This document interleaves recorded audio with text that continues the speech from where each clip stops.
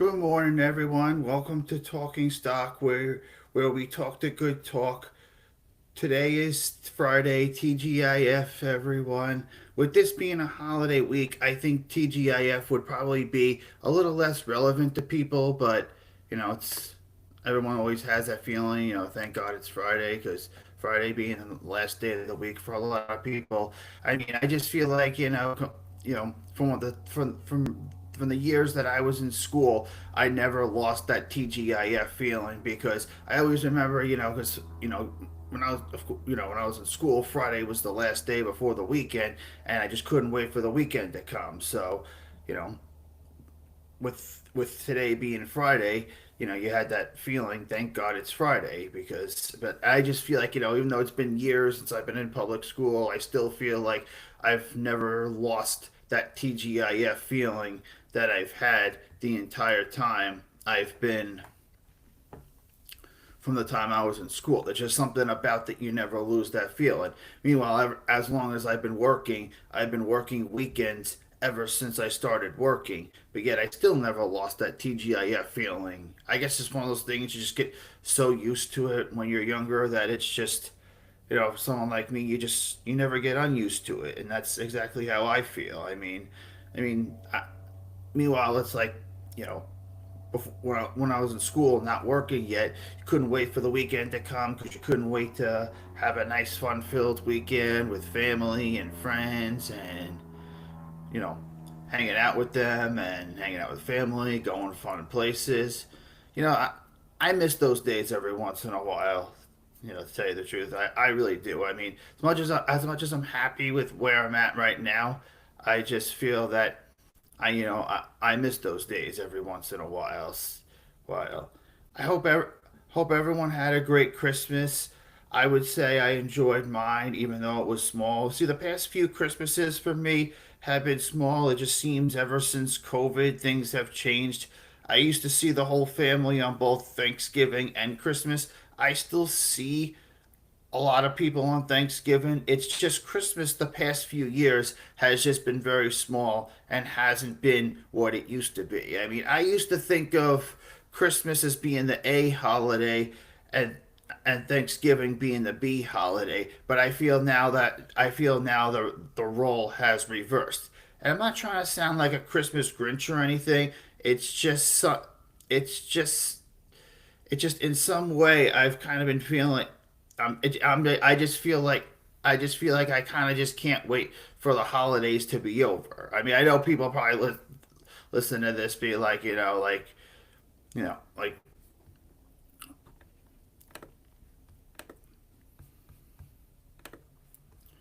know some people listening to this are probably thinking like, "What? You don't like Christmas?" And no, that's not true. It's just I feel like I just haven't been able to get into the holiday spirit this year. It has nothing to do with not seeing as many people. It has nothing to do with, you know, it has nothing to do with me not seeing anybody. As many people. It has nothing to do with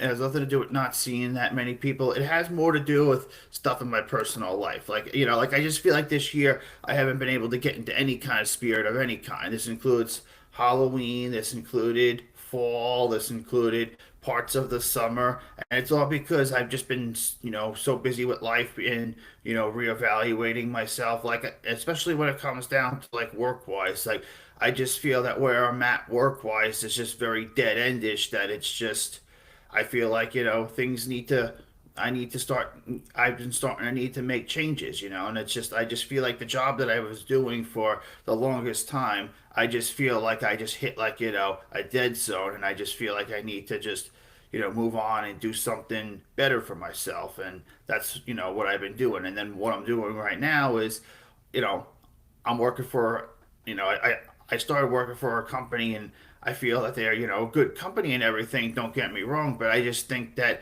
my time in that field is just coming to an end, which is why I'm not quite enjoying it the way I want to enjoy it. But part of life is you have to work if you want to make money. You can't just not work. I can't just take time off and just enjoy myself. If I could, I would, but unfortunately, I can't, so gotta work. Not only do I gotta work, I also gotta do side hustles on top of working because living in general is expensive. And for anyone that lives on Long Island like myself, you would know how expensive it is to live. And it's a great place to live, but very expensive. And I have no plan on wanting to leave Long Island anytime soon. But if you want to stay on Long Island, unfortunately, you have to deal with, consequences of things being expensive and everything. So it's, I mean, I actually think that, like, aside from that both Long Island and Southern California are actually tied for being like some of the most expensive places to live in the entire country. Hold on, let me check something. Sorry. Check something really quick.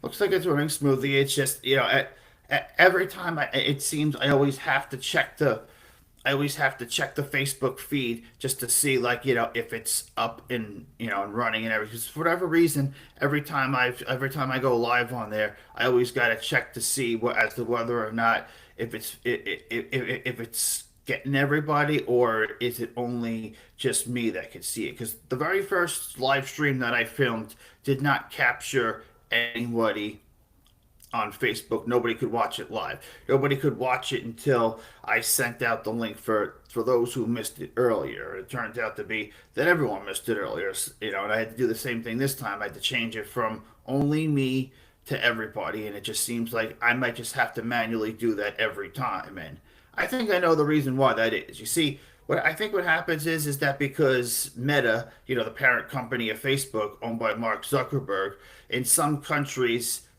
they have blocked Meta from allowing music to be used altogether on their platform. And, as you know, my program uses music, but not every program does. But because the fact that any live stream could potentially use music, I guess that's why they have. I guess that's why they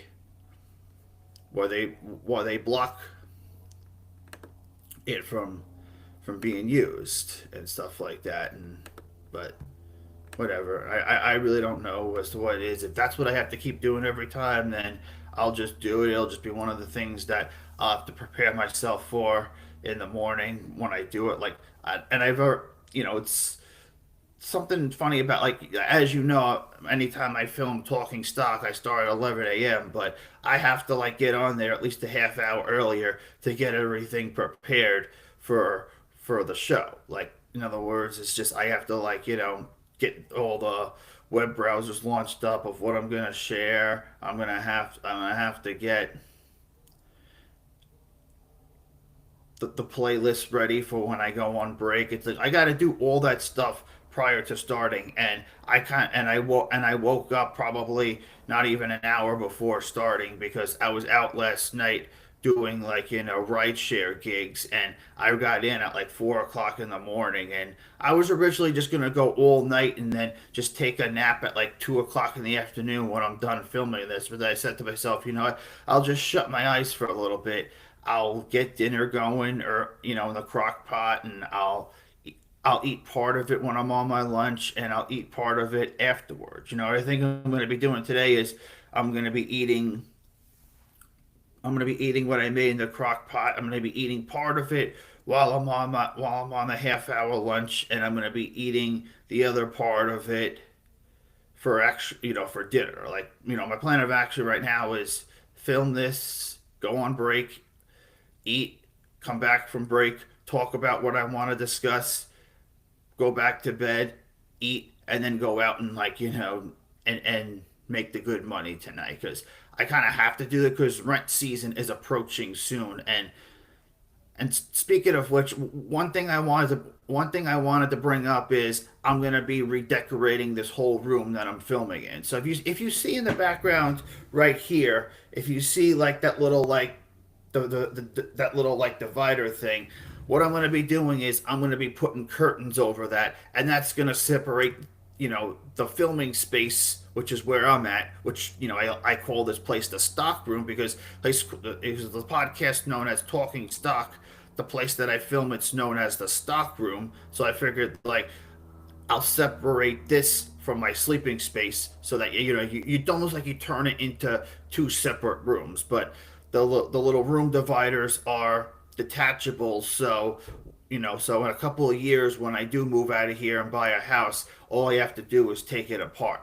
But I'm just gonna but because with rent coming soon, I'm on a little bit of a budget and I can't be spending money on curtains and other decor that I want to put in here too. I mean, aside from that, other decor I want to put for this room is, when I was in Target on Monday night doing a little shopping, I was doing a little like food shopping for myself, and I was also doing, some gift shopping as well. And I saw some pretty cool stuff. I saw, some lava lamps. I saw a little projector, which projects different images, like projects like little like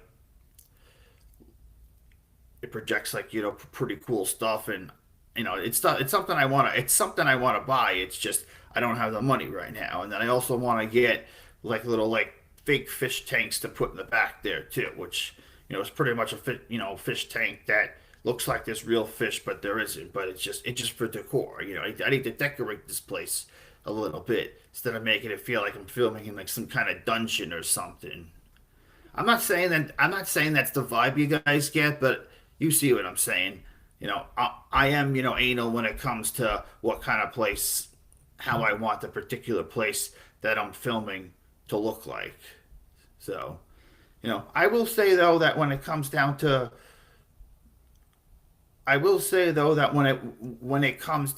Christmas, I did get a lot of really cool gifts this year, and I want to share with you guys some of the cool gifts that I got. I filmed a video which is posted on YouTube of everything I got for Christmas because see what I'm starting to do is aside from creating this podcast, I also want to like create content as well for platforms like YouTube, will be used which I will be using a lot of these videos. I will be using a lot of these videos during my podcast. So you'll be able to see like the videos that I create during my podcast. In fact, one of the gifts I got was another lucky gift that I got in terms of things that I need. Like I mean, like as I was saying before, as this whole entire year has been, I just think that between like having to do better for myself when it comes down to work and having to get myself out of a very dead-endish situation, I just feel like I've just had a lot going on, and I love filming this podcast. I love doing this type of stuff, but it's just at the same exact time that creates a little pressure of its own. Not out of fear of rejection, not out of fear of if it's going to succeed or not, just out of fear of doing something different with your life. And it's for a while I felt that I couldn't, I'd wanted to get started on creating content for a while, but didn't have the right tools. It was just when my birthday was last month and I got a bunch of gifts. I feel like I got one of the luckiest breaks I've gotten in a while because my initial plan was I was gonna, save up some money, and once I got the money, I was gonna get, laptop to film it, podcast equipment needing to film it, decorations for it. I'm still saving up for the decorations. It's just, as I was saying before, rent season's coming up, and with rent due, I got to make that a priority and put less energy into spending money on decorative stuff. But once that's over with, I can start grinding up some dough and just start focusing on fixing this whole place up. In fact, I want to like I also as part of my content creating stuff that I want to post, I want to do, apartment tour, and I'll have that to show on my live podcast as well. People will be able to see like, an apartment tour of what my apartment looks like. Let me check on see two of my feeds don't sync with the program that I'm using, so I have to check on them manually. So let me just check.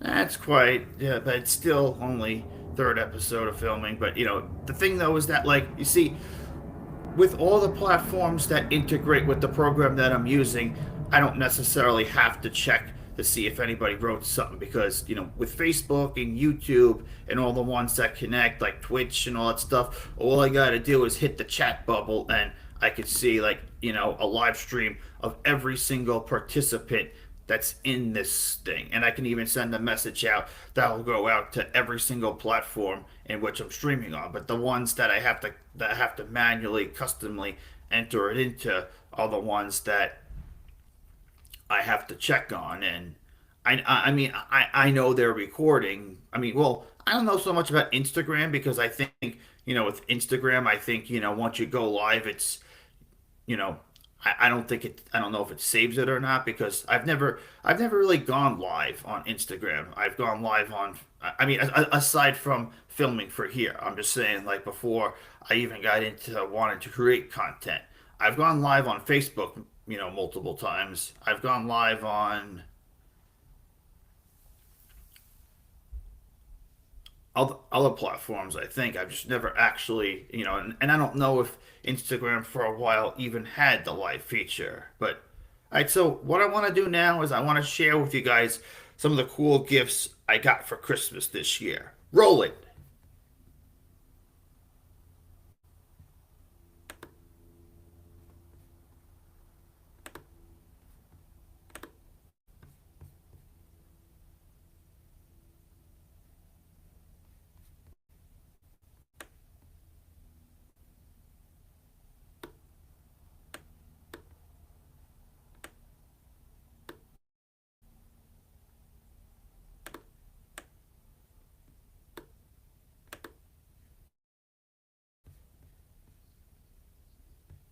Here. Okay, so I got this Tommy Hilfiger dress pants slash khakis. I think these are really nice.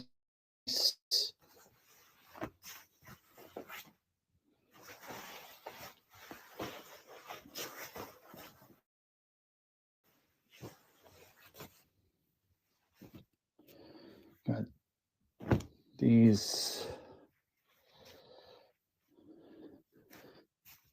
these red pajama pants which with dogs on them. I think these are really nice too.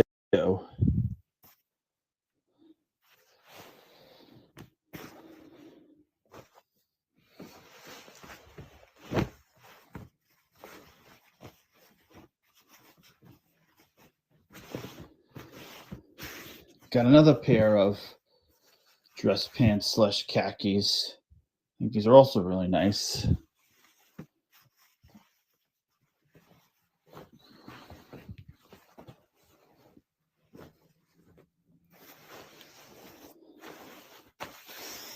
I got this vest, and this is something that you'd put over yourself when it gets really cold outside. Like if I'm wearing a sweatshirt or I'm wearing a jacket and I feel I'm not warm enough, this is what I'd put over it.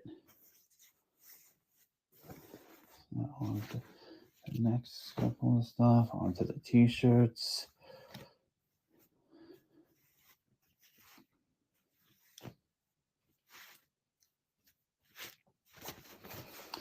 So next up, I got this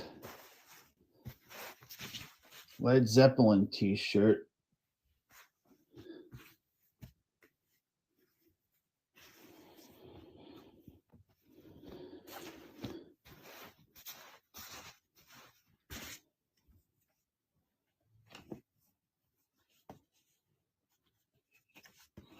Got this.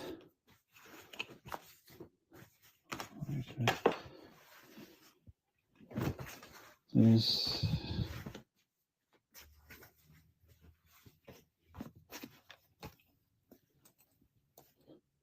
New York Rangers sweatshirt / jacket.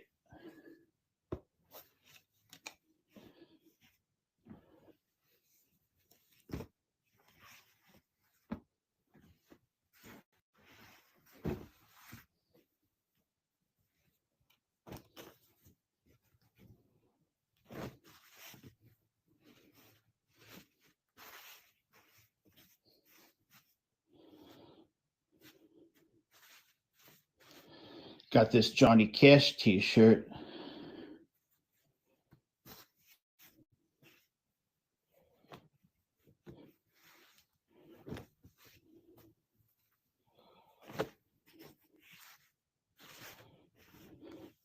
Got these New York Rangers shorts.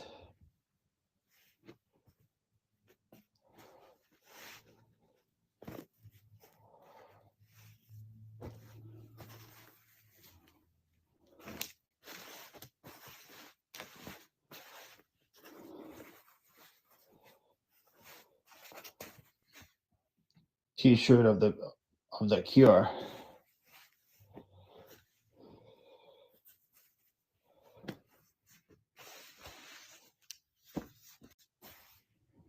Okay, so now on to the other stuff.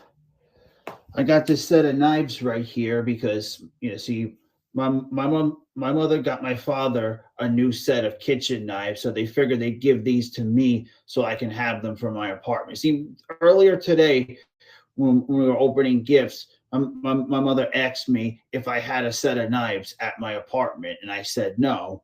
So she figured they figured they'd give this to me as a gift. So we got the sharpest knife. This is where if you're cutting meat or you're cutting, anything that's needs a really sharp knife to be cut.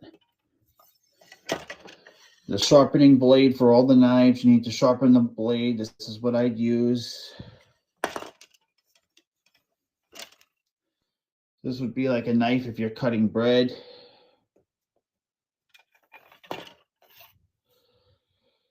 Guess it would be the same occasion, just a smaller version of it.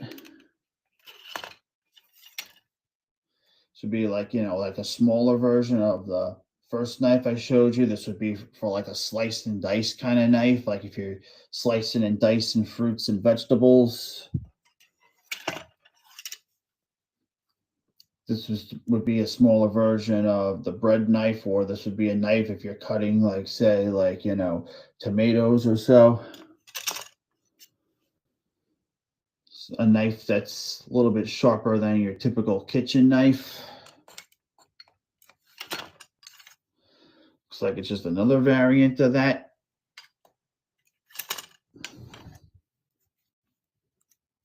Pair of scissors.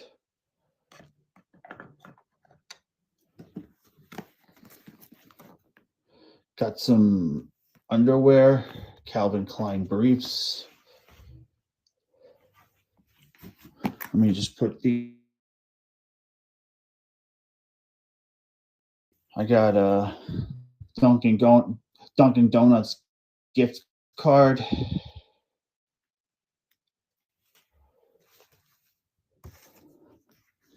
Red Lobster gift card. I asked them how much is it worth, because when you buy gift cards, you can go anywhere from, like in this case, it's $25 to $100, and they said they think it's 25, so I'll go with 25. Coin counting jar, so this way I can put all my coins into here. See, I don't really have a lot of change, but I have like this little this little New York State license plate cup that I keep my change in, and what I could just do is I could either use that for something else, or I could just keep it as part of my podcast for like decorations.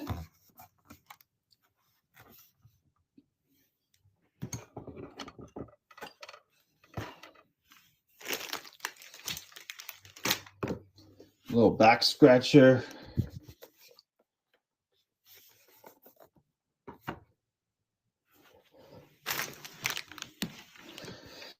set of Rachel Ray cookware.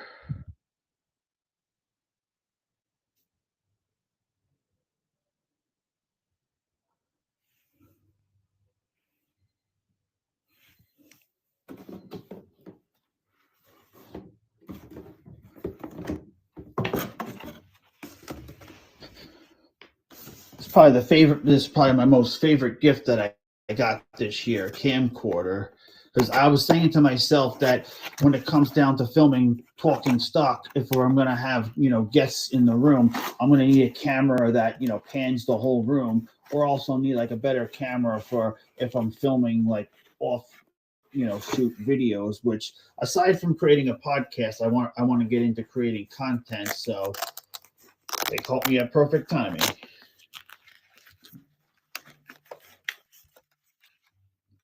Got this little video camcorder. I'm gonna get this back into here.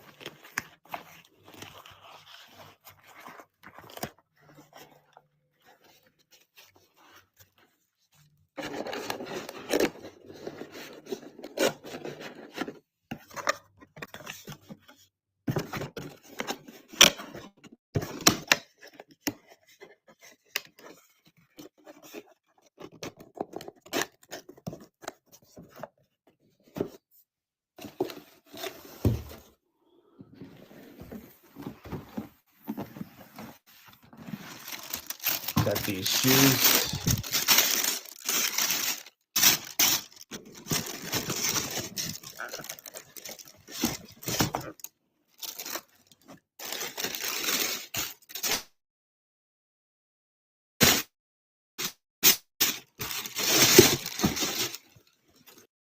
I haven't worn these yet, but anything from like a size 10 to a size 12 in men's, I fit into just fine. So I figured since I haven't tried these on yet, I figured while I'm filming, I'll try these on.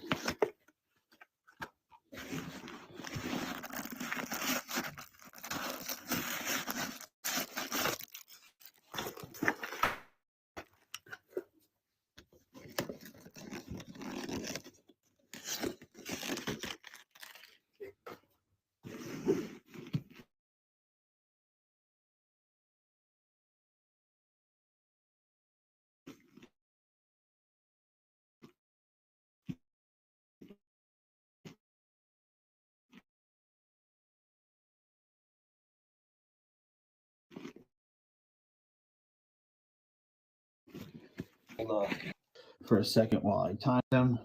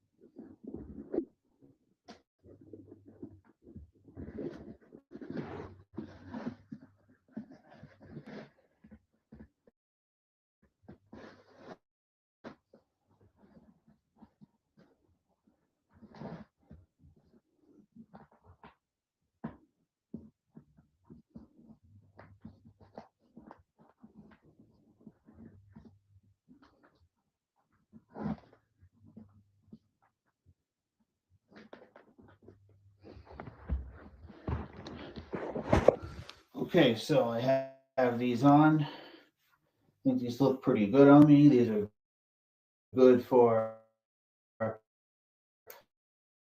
guess I could use them on like special occasions, like going to like fancy dinner where you have to dress up.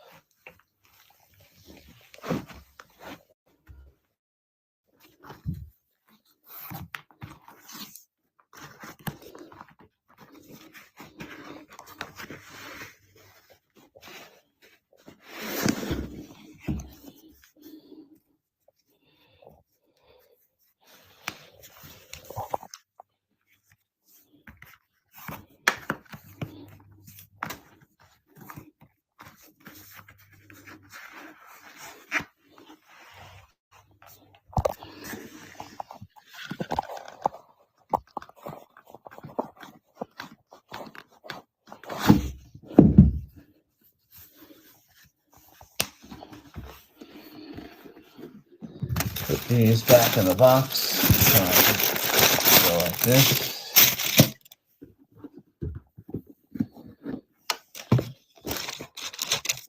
Oh, I think it's the other way around.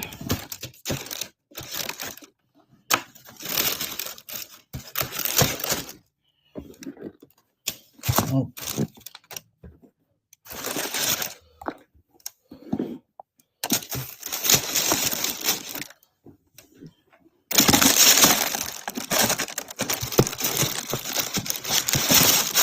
Oh, I'm just trying to get it out.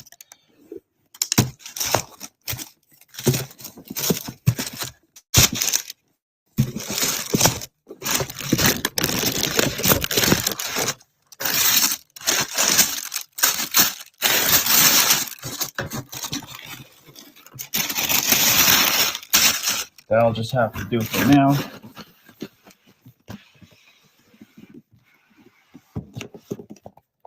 So now, last but not least, onto my stocking.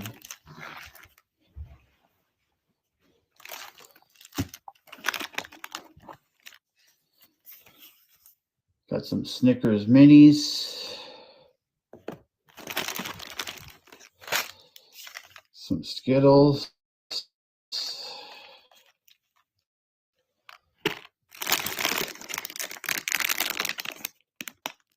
some Push Pop gummy roll candy, some, what is this? Hershey's Hershette, so I guess it's Hershey's version of M&M's. Airheads Extremes.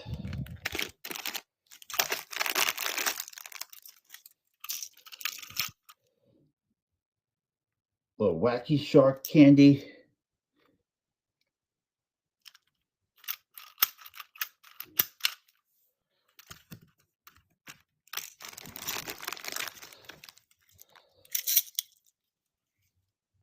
Little monkey swing candy.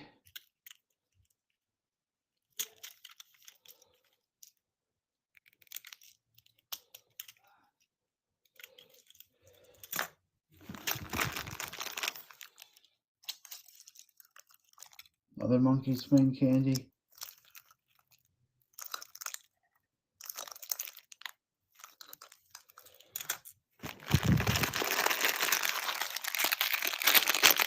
Gushers and super sour gushers.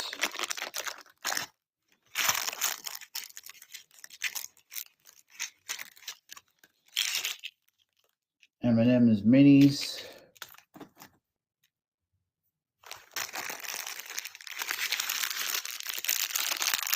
Nerds rope.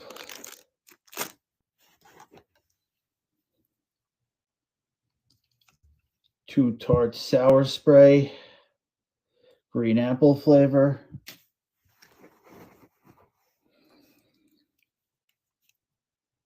Two Tart spray candy blueberry. Blueberry, as, or should I say.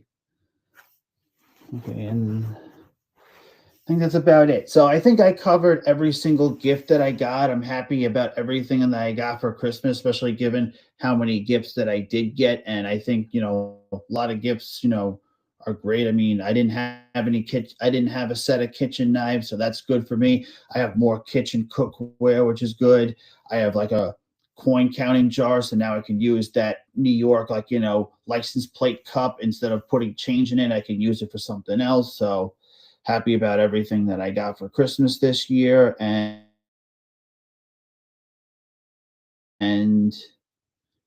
that's the end of this video.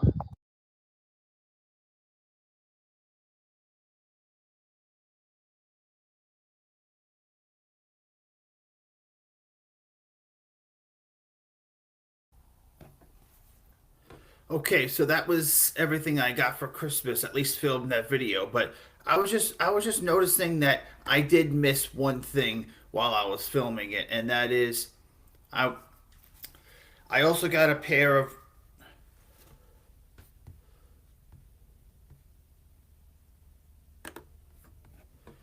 I also got a pair of these North Face gloves that I had forgotten to film.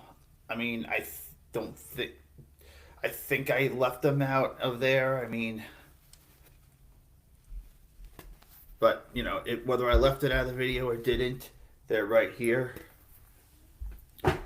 So that video of every single Christmas gift I got for Christmas is up on YouTube for those who want to watch it out there. And please be sure to subscribe to my channel if you haven't already done so, if you have a YouTube account.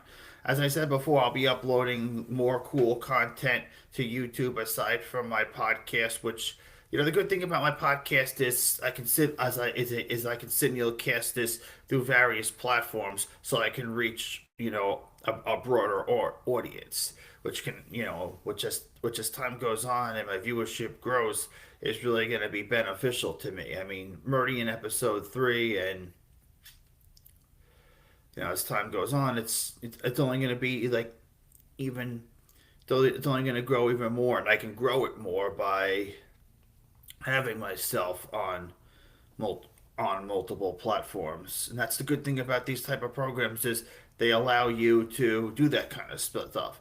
Speaking of YouTube, I want to play I want to share with you guys the first video that I tried filming for YouTube on my new account in either late summer or early fall of 2023 when I wanted to get back into the process of content creating. But then what happened was is that life and work and other things got in the way, so I put the idea of content creating on the back burner. I also started to see how it would be difficult to film good quality content on just a phone. Like you're gonna see in this video that you're only gonna see my face. You're not gonna really see much else, and I know it would be difficult to film with just a phone. So what I'm gonna do is I'm gonna play with you guys.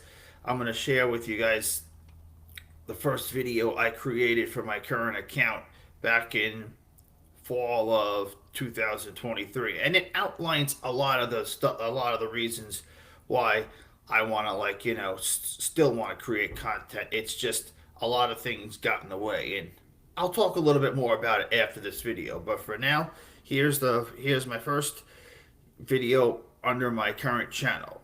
Roll it.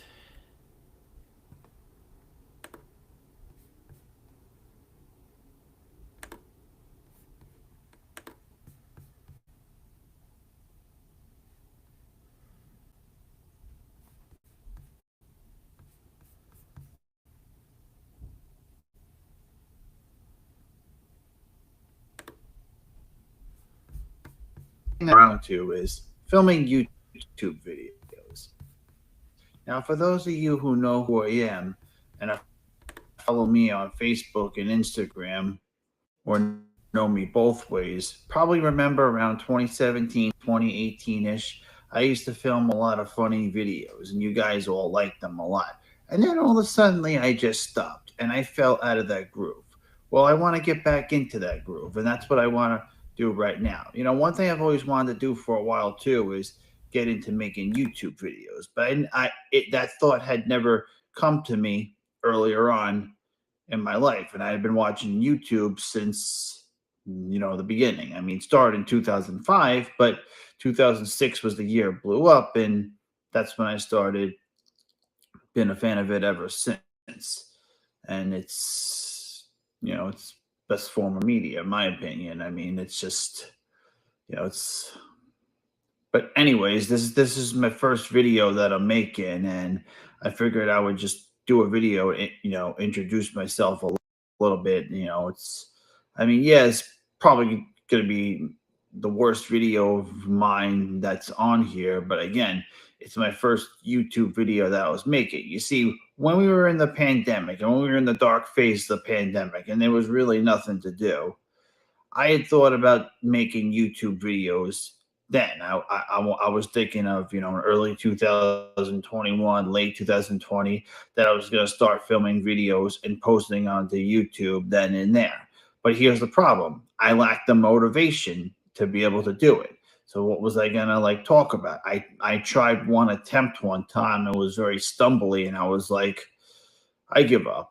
It's really not as easy as you think. I mean, public speaking is, sort of like, I guess, what you'd call an acquired skill. I guess it's be you get better as time goes on. I mean, if you watch some of these other YouTubers that have been around for 5 years, 10 years, you probably noticed that the first video they made wasn't the greatest one. You can see like maybe they were a little shy, maybe they just didn't have any personality to their voice, and then the next thing you know, they become the biggest star.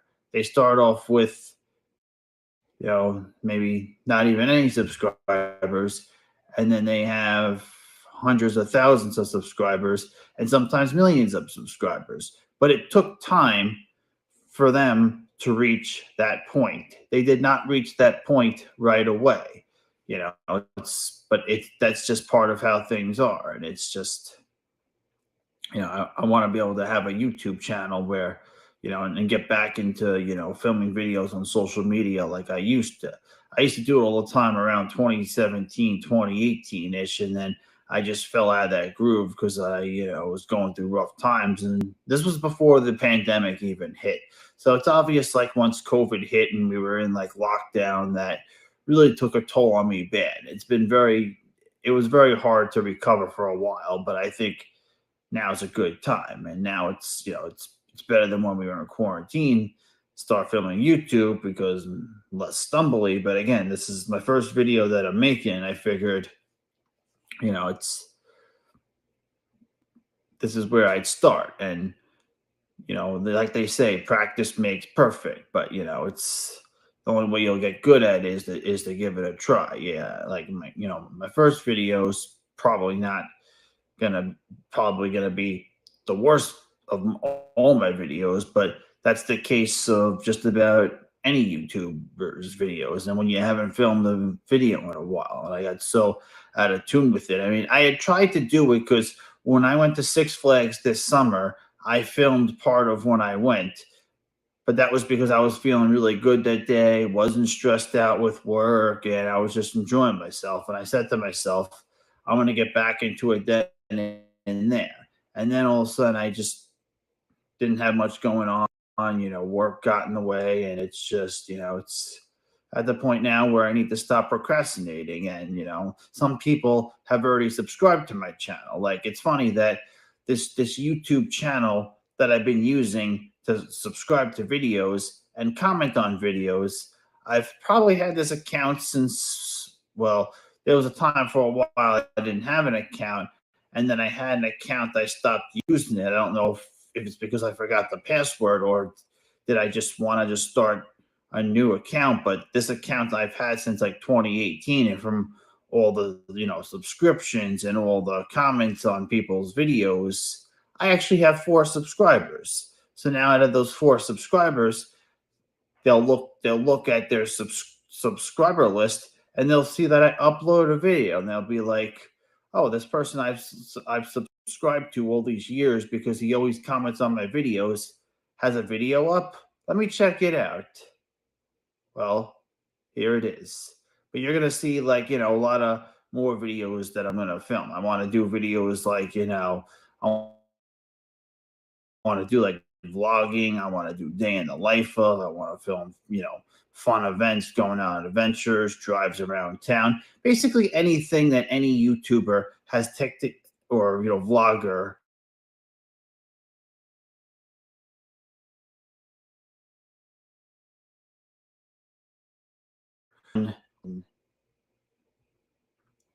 I mean, of course, I'll be open to any idea, anything of that nature. All right, so I just wanted to film a quick video of, basically like an introduction video of my personal YouTube channel. I'm going to be doing more of these. And aside from what I was saying before about vlogging, day in the life of, another thing I also want to do too is certain rants. Like, you talk about a particular subject, like something happened recently, or about, and you go on a rant about it, like some of the other YouTubers do. And I think that'll be great for me. And you know, and for the And just like how my name is on there, my name is Ryan Kalata. I mean, I've lived on Long Island my whole life, grew up here my whole life.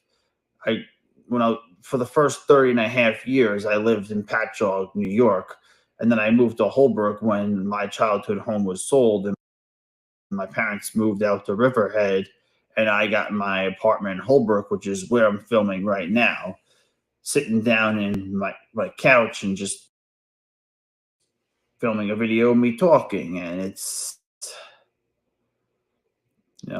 just I don't know. I like my apartment and everything. Just I wish you know it was a little bit easier to to live a little, and if I didn't have to work as hard as I did, I'd have more time to film more videos. And if I would have gotten into back into the whole social media groove and filming YouTube videos before, like while we were in quarantine, I would have been able to film a video of me leaving my childhood home, packing everything away, and moving into my own place, and even doing a tour of my parents' house too. I could have gotten around to that. It's kind of I kind of feel a little shameful of that too, because it would have been great to do a, a farewell of my childhood home before I had left it, but somebody else owns my childhood home now, and they did a lot of work to it. I mean, there was a time where I was visiting my parents, and my father told me that he had to go there because the new people that we sold the house to, wanted to know where the cesspool was, so he had to show them where the cesspool was and where to dig for when they have their cesspool pumped done to the house. And he was quite impressed, and I saw those photos and I was impressed too, because the house I was living in, the house I grew up in, needed a lot of work, which kind of led to that. I wasn't sure if we were gonna be able to sell it that quick, because when we had the open house, there were a lot of people that said house needs a lot of work. But then you had this couple who came in and bought the house, and it's just and I will say that I was saddened to hear to have to leave my childhood home at the time when it had happened, because it came and I wasn't very prepared for it coming. It was one of those things where it was the beginning of 2022. We were 9 days into the new year. All of a sudden, I get home from work and I'm eating dinner in the kitchen. My dad calls me into the living room, and he tells me about this house that they found out in Riverhead, and they're just informing me about what was going on. And I was in a little bit of shock, because that's not something I expected to hear, because it had just snowed a few days earlier, and that was like the first, or the second sunny day, because I think it snowed on the Thursday into Friday, and then the weekend came, and it was just something I didn't expect to hear, because all throughout 2021 I had no idea that I was going to be that in any point in 2022 I'd be moving. But again, it was one of those things where there was an open house listed online. My parents went to it. They liked the house, and it led to the whole process. They put the offer in. The offer is accepted, goes into contract, and all that yada yada yada. For those of you who bought homes, know what it's like. The appraisal part of it, and it did the whole closeout process for them took them 4 months, and they were held up by the banks for a while. So if it wasn't for all the banks holding them up, they would have been moved out of there sooner. And in a way, it was kind of a good thing that it took a little longer, because it gave me enough time to save up so I could have enough money. Because keep in mind, when I moved into this place, not only did I have to pay my first month's rent, I had to pay a broker fee plus security deposit, which for anyone that's ever rented knows what a security deposit is. You put a certain money aside. It's more, it's kind of like a combination of, like, it's like a good faith deposit, plus it's also for security purposes too. Like if there's any damages done to the apartment at the time when you vacate it, if there's anything like I remember like the day I was looking at this apartment and I got the keys to it, landlord's broker was explaining to me what broker is all about, and he said that like it basically narrows down to like, if something, you know you cause damage to the apartment and it costs a certain amount of money to fix it, they would take that money out of your deposit. Like, he gave an explanation. Like, you get angry one day, you punch the wall, and you knock a dent into the wall, and they need to fix the drywall. They'll take some of that money out of your deposit. Now, I highly doubt they'll take the entire thing, but they might take however much it takes. Another thing about the security deposits too is that if you ever break out of your lease before the lease termination date, normally you don't get your deposit back. But I like where I'm at, and I have no intent of leaving anytime soon. And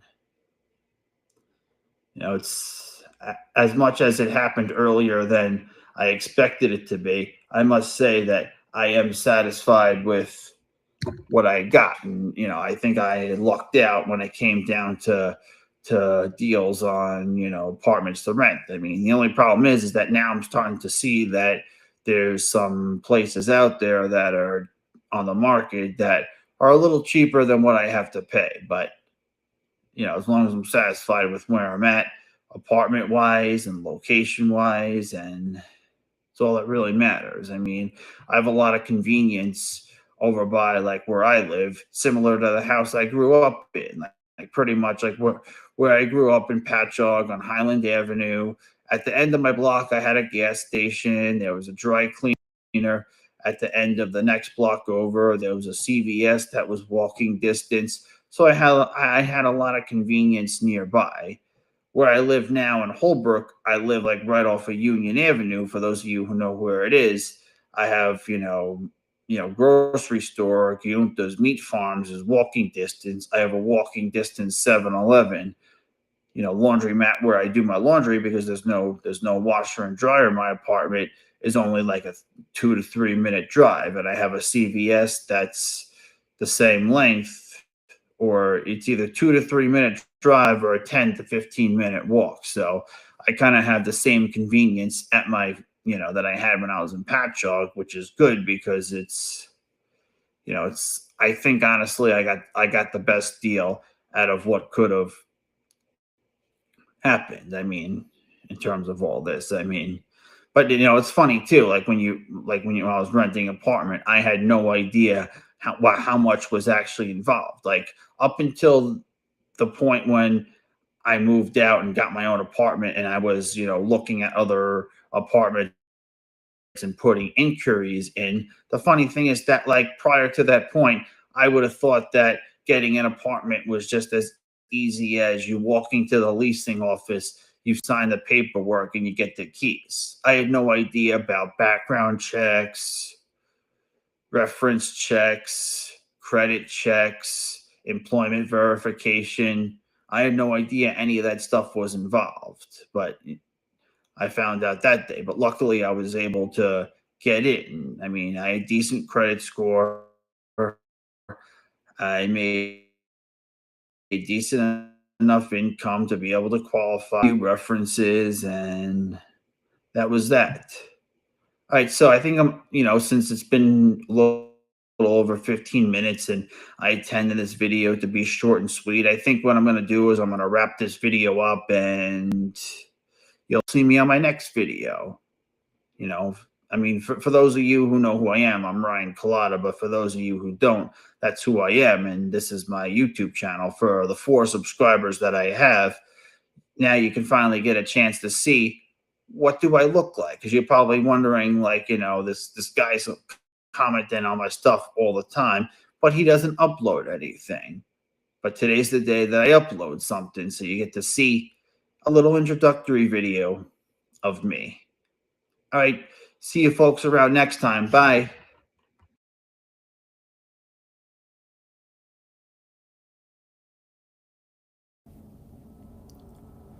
All right, so that was as I said before, around like late summer 2023, early fall 2023. I was making the attempt to get back into the content creating field, and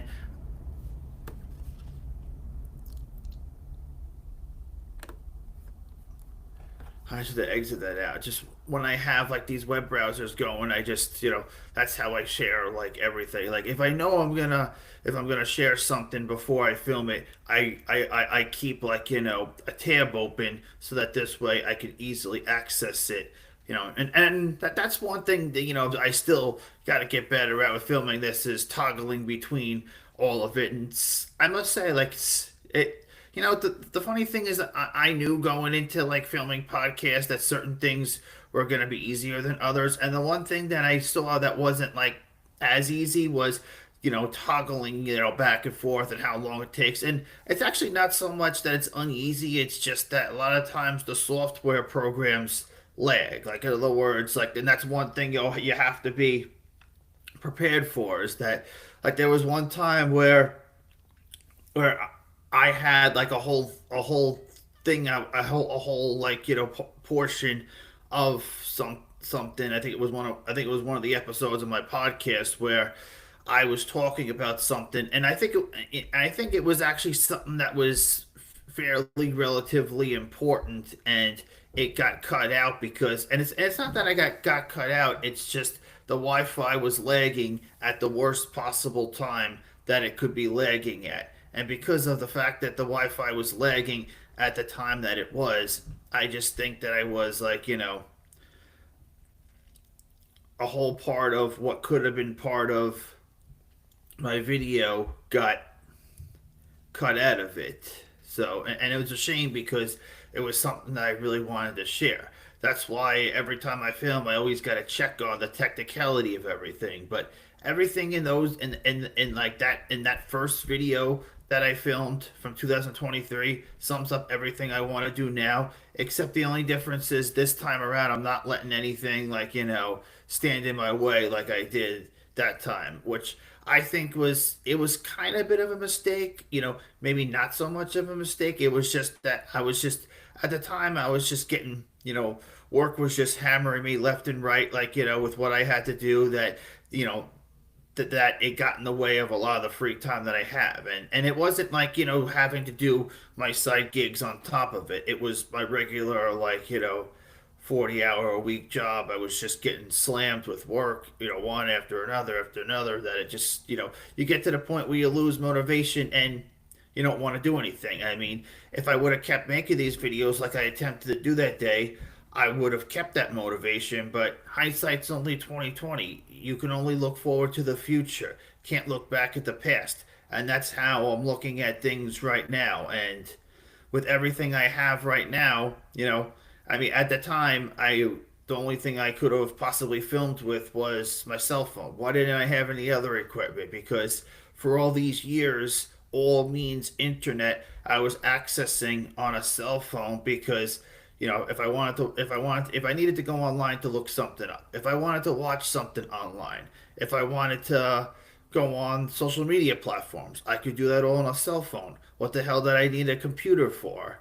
But at the same exact time, not having a computer put me at a huge disadvantage when it came down to filming. But for a while, I didn't really want to get into filming. In fact, for a while, I was very much an opponent of social media itself.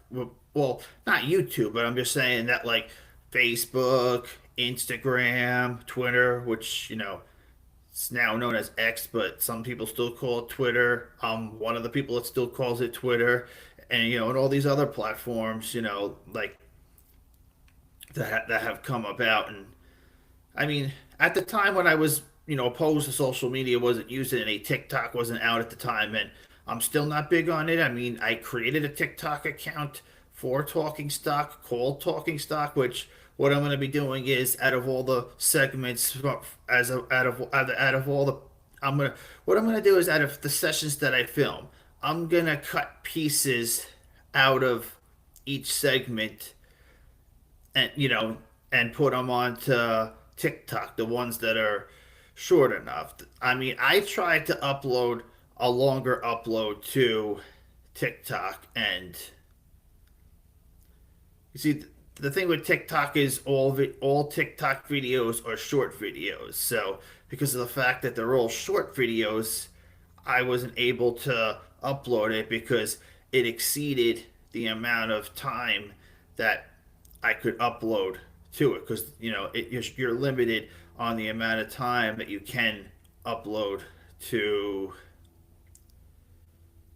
to TikTok. Like you're limited to, I think, like 2 minutes or so. I mean, I'm really not even that familiar with the app, but I mean, I kind of want to start using it because I feel like, I now need to be within the social media world. But how did I go from, like, when it comes down to social media, I could just feel that, what happened with me is you go from a staunch opponent to a staunch proponent. And how did that happen with me? And it kind of happened in a way where I started to see that not being on social media kind of wasn't much of an option.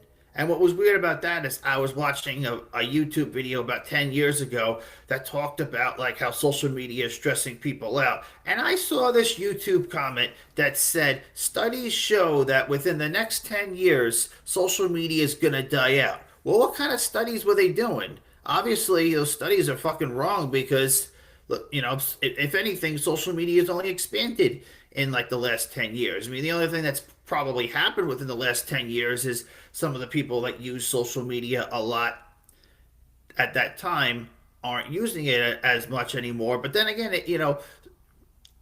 there's a saying called one man's trash is one man's treasure. So for every person that leaves social media platforms comes a new audience that comes in. And that's people of all ages. Like, there's plenty of times where like the reason I rejoined Facebook at the end of 2015 and started using it a lot in 2016 and then eventually signed up for other platforms was that I felt that I was one of the only ones that wasn't using any of it. And it was, and I wanted to get in touch with a lot of people that I didn't see very often because by that point in time I had been out of high school for quite a bit. I had been I had had a lot of old coworkers that I worked with that I no longer worked with, and there were a lot of people I didn't see all the time. So, and it's especially handy now given the fact that there's a real large amount of people that I don't get to see all the time, and in some ways, the only way I can connect with some of them is through these social media platforms, and that's I mean, it's almost like I feel like we're almost kind of at a point where being on social media is kind of not much of an option. I mean, and a lot of the times when people do leave social media because they think it's toxic and all whatnot, end up coming back to it. But yeah, social media definitely has a lot of like negative effects on people, and I'm seeing it myself. Like even when it comes down to like see, the one thing about social media is that one people don't always take into account is that especially if you're watching, like sometimes I actually think that the social media, the people who are within the content creator influencer world that have content to update, that are always posting day in the life of videos, going on these adventures, posting on all these vacations.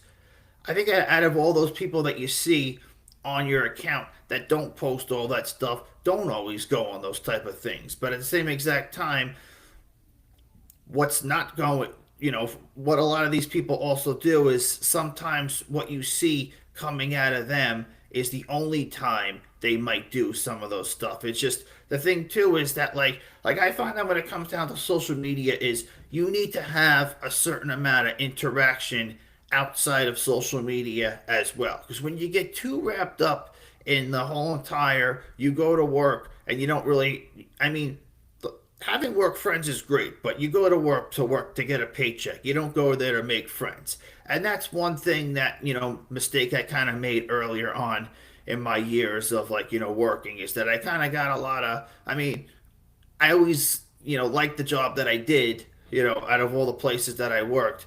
But at the same exact time, I got the friendship part of it is a huge aspect that I got out of the job. And I'm not saying I'm 100% wrong, but you put too much effort into that. All it takes is to be in an environment where you don't have that same, type of quality of life. And, it's you don't have that same quality of life, and all of a sudden you start thinking that, like, this place fucking sucks, and it really, it may not suck that bad. I mean, and the only thing you could really say that truly sucks about it is just, not having, socialization. But then it's like you go there to work, not to socialize. It's just like the same exact thing that, your parents would say to you when you go to school, or what some of you folks who are parents say to your children in school, that you go to school to learn, not to play, which, is true. Like, I've heard that before too. Like, when you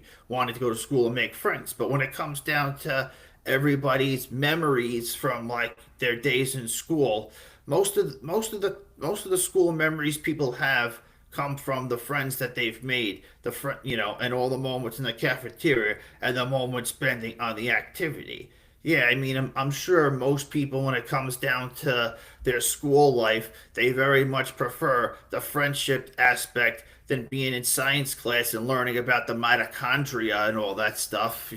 It's, I'm sure, which, speaking of which, is, it's funny that it's a word that I actually remember. Like, you hear the term mitochondria being used, and you just can't forget that it's the powerhouse of the cell. It's like, I don't know. It's like it's weird. There's certain things that when you're in school, you never forget that you learn, and there's stuff that when you're in school you forget in an instant. And it's not always that, oh, it's like that you don't care about what you're learning about. It's that, and it's not always about importance either. Sometimes it's just a matter of what you remember and don't remember. Like, is the mitochondria really that important to me? Well, I mean, my body's made up of billions of cells, and the powerhouse of those cells is the mitochondria. So I guess you could say the mitochondria is important to me. I mean, I guess. I don't know. I just wanted to use that as, like, an example of something that, like, people get out of school. Like, when it comes down to people's favorite school memories, it'll never be something that you learned about in science class or math class, or, like trigonometry, like, you know, hypotenuse, adjacent, like all that stuff. That's nobody's favorite school memory. And you could say that to even some of the kids that you went to school with, that were the biggest, like, I don't know, like, book, I guess what you would label as book geeks, and they still wouldn't even say it's their favorite memory, because, yeah, maybe if they seem like they're a bunch of book geeks and stuff like that in school, it's not like they didn't have any friends. And we shouldn't be, saying all this, oh, this person has friends, this person doesn't have any friends, type of thing. And it's, because I mean, at the end of the day, it's not going to matter. That's one thing. And secondly, it's not going to matter years later in life anyway. I mean, in the world we live in today, things have kind of changed, because now with, like, the advent of social media, we all, like, it's harder to lose touch with everybody. And for those in school, using social media, it's it's harder to disconnect from school, because you're on social media. You're constantly connected with your peers. It used to be that before social media, you left school, you were able to just put everything that went on in school, all, like, your moments in school, on the back part of your brain. Now it's like, it's a 24-hour a day type of thing. And that's why they say social media is bad for all the kids. All right, so I'm looking at the time, and it looks like I'm probably about halfway through at the material that I want to cover today. And I figured, even though it's not 12:15 yet, I figured, I'll eat a little bit of, you know of the food that I made, which is kind of a lunch slash dinner, if you want to call it. And when I get back, I'll discuss the I'll discuss the other part. I mean, there's stuff I could probably talk about right now, but I'll just save it for when I get back from break, so that we have a more adequate balance of time. See you guys a half hour.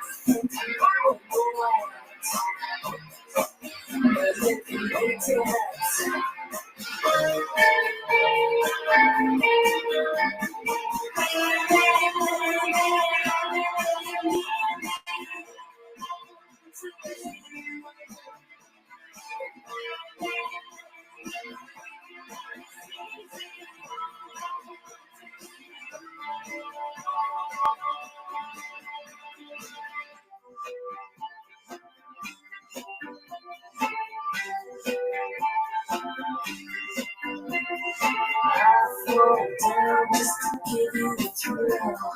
Throw me up with another pill. If I should feel it, I should fool. And my feet just can't hold manipulated.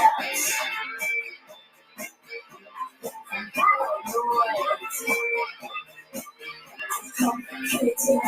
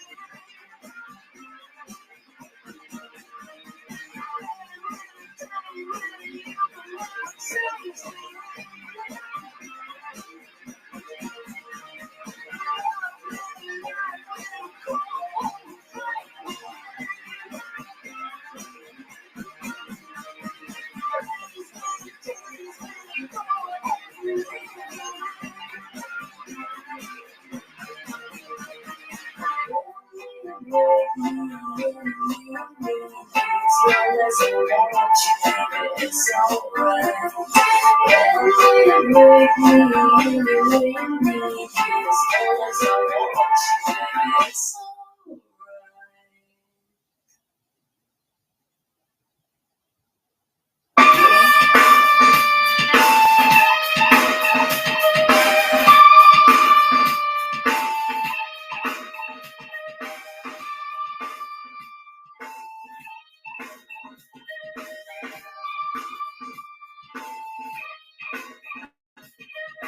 Something takes a part of me, something lost and never seen. Every time I start to believe that something's raped and taken from me. Life's gotta always be messing with me. Can't it try to let me be free? Can't I take away all this pain? I try to ignite all in vain. Sometimes I cannot take this place. Sometimes it's not right. I can't taste. Sometimes I cannot feel my face. You'll never see me far from grace. Something takes a part of me.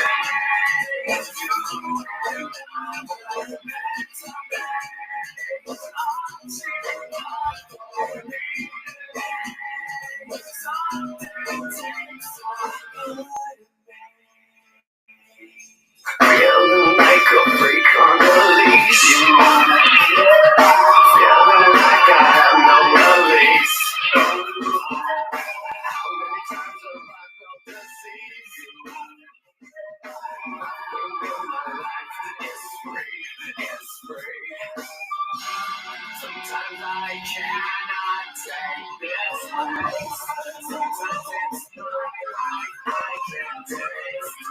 Sometimes I cannot feel my face. You'll never see me far from grace. Something takes a part of me. You and I to me. Something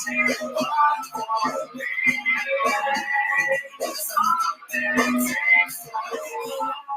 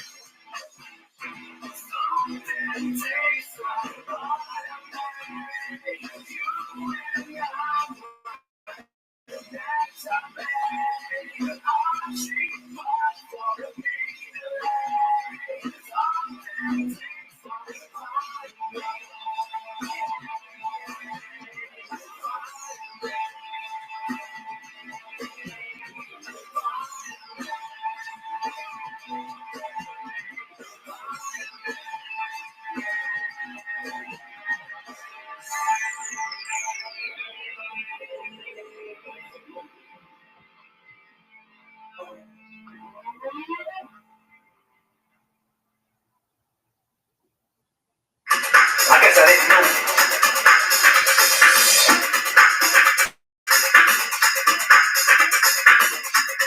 I guess I didn't know.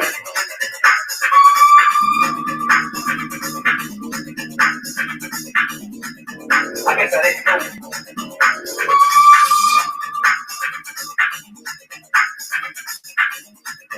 I guess I didn't know.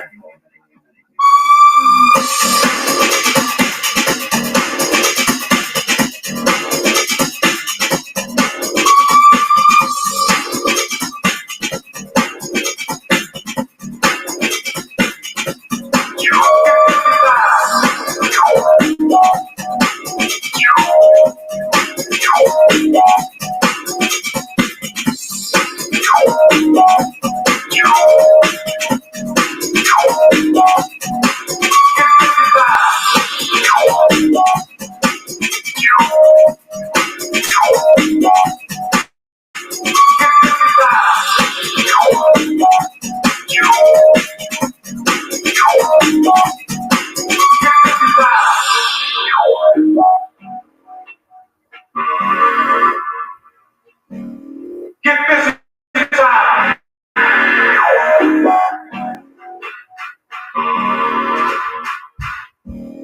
Get busy time. Get busy time. Get busy time. Get busy time. Get busy time. I guess I didn't know. Get busy time. Get busy. I guess I didn't know. Get busy.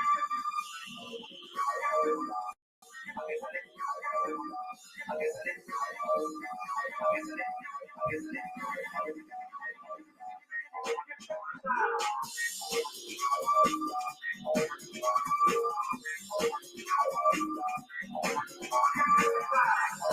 guess I didn't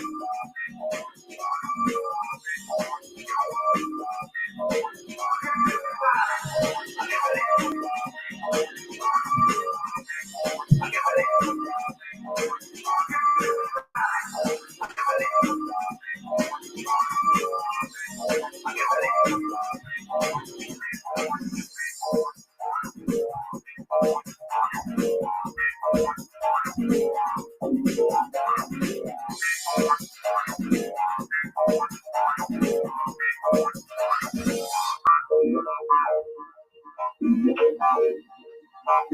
guess I didn't know. I guess I didn't know. I guess I didn't know. I guess I didn't know. I guess I didn't know.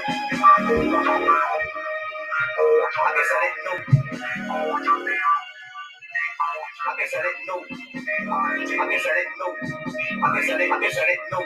I guess I didn't. I guess I didn't. I guess I didn't. I guess I didn't. I guess I didn't. I guess I didn't know. I guess I didn't know. I guess I didn't know. I guess I didn't know. I guess I didn't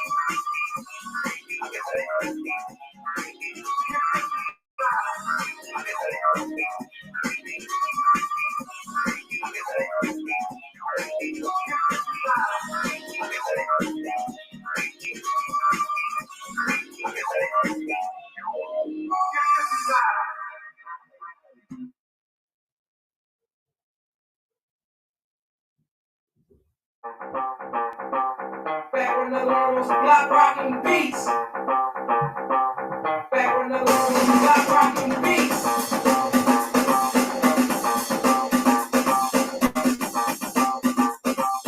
Back when the block rocking beats.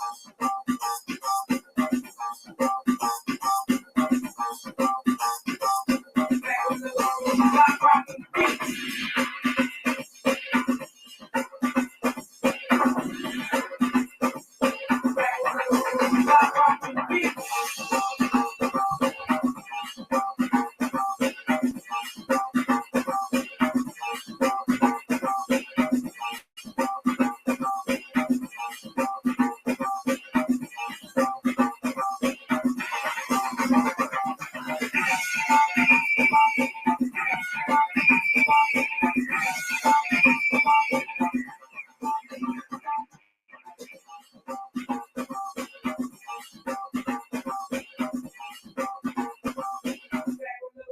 Block rocking beats.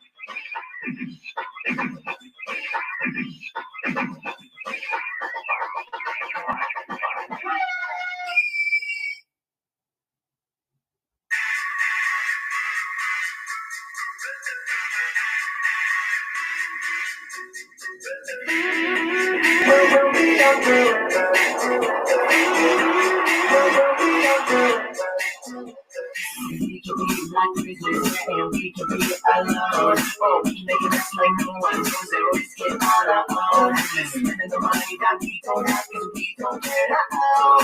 Living like kings with broken dreams and face down to the floor. Living with our heads up. We got talent that's enough. Nobody can touch us. How we run, how we run, how we run. Hey, we'll be on forever. We'll be on forever till forever stops. We're singing, hey, hey, we'll be on forever. Tonight, forever till our bodies drop. You love you and I need up to the sky. The music comes alive. Ain't nobody gonna catch us singing. Hey, we'll be on forever. I'll go on forever and I'll never stop. Look at us, we'll take the whole by surprise. $1,000,000 lights set in place, you can see it in our eyes. Everything here is us and so come and take your side. Living like kings with broken strings and bass so synthesized. We can send the speakers up. and backing out. Nobody can touch us. How we run, how we run, how we run. Hey, we'll be on forever. We'll be on forever till forever stops. We're singing, hey, hey, we'll be on forever. Tonight we'll rock forever till our bodies drop. We can run through the night. I need to get the sky. The music outside. Ain't nobody gonna catch us singing, hey, hey, we'll be on forever. I'll go on forever and we'll never stop. We're gonna rule the world tonight.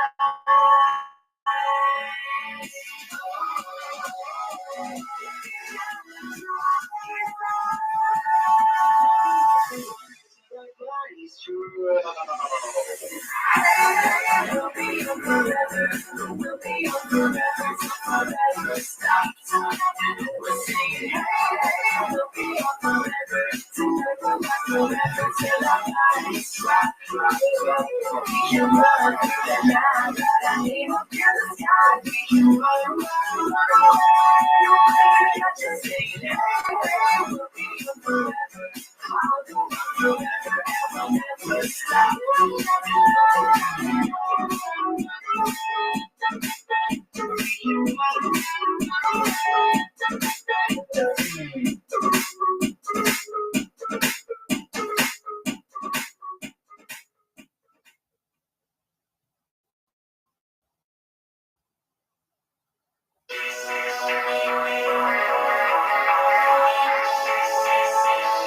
Let's rock!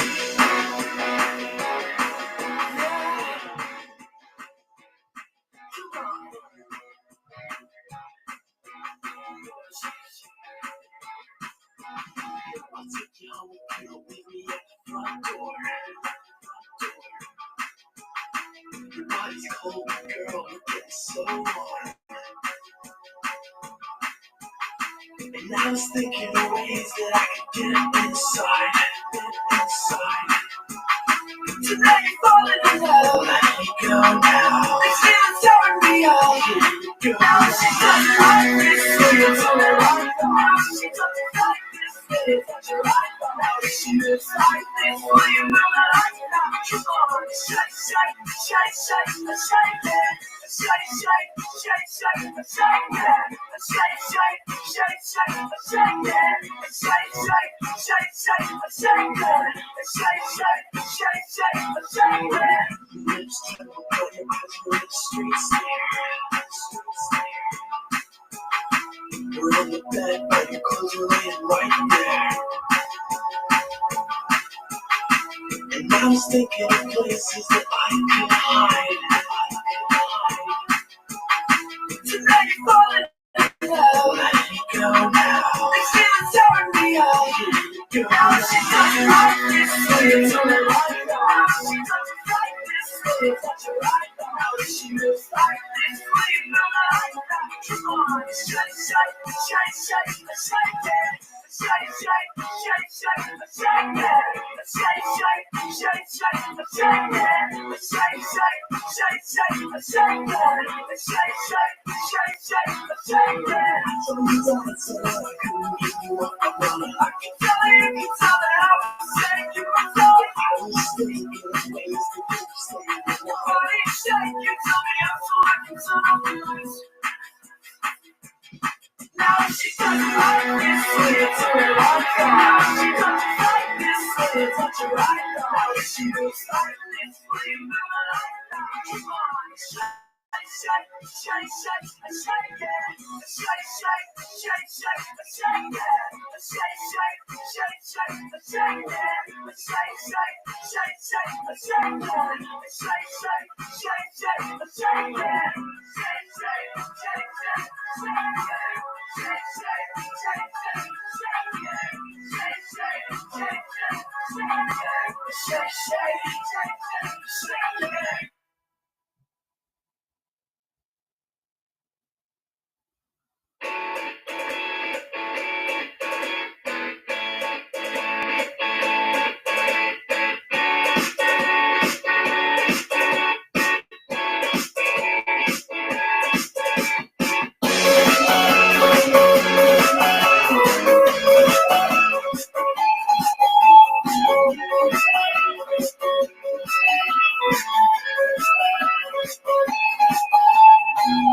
In a few weeks, I will get time and realize it's right before my eyes, and I can take it if it's what I want to do. I am leaving, and this is starting to feel like it's right before my eyes, and I can taste it.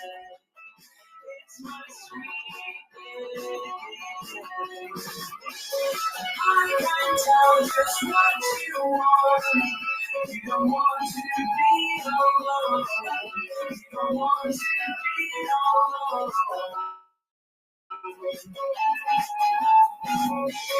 I can say it's what you know. But you know the whole time. Maybe next year I'll have no time to think about the questions to address. I don't want to try to stop the fire. I wouldn't test you. I'm not the best you can have a take. Why try anything? I'll get there. Just remember, I know I can tell just what you want. You don't want to be alone. You don't want to be alone. I can say it's what you know. But you know it the whole time. You know it the whole time.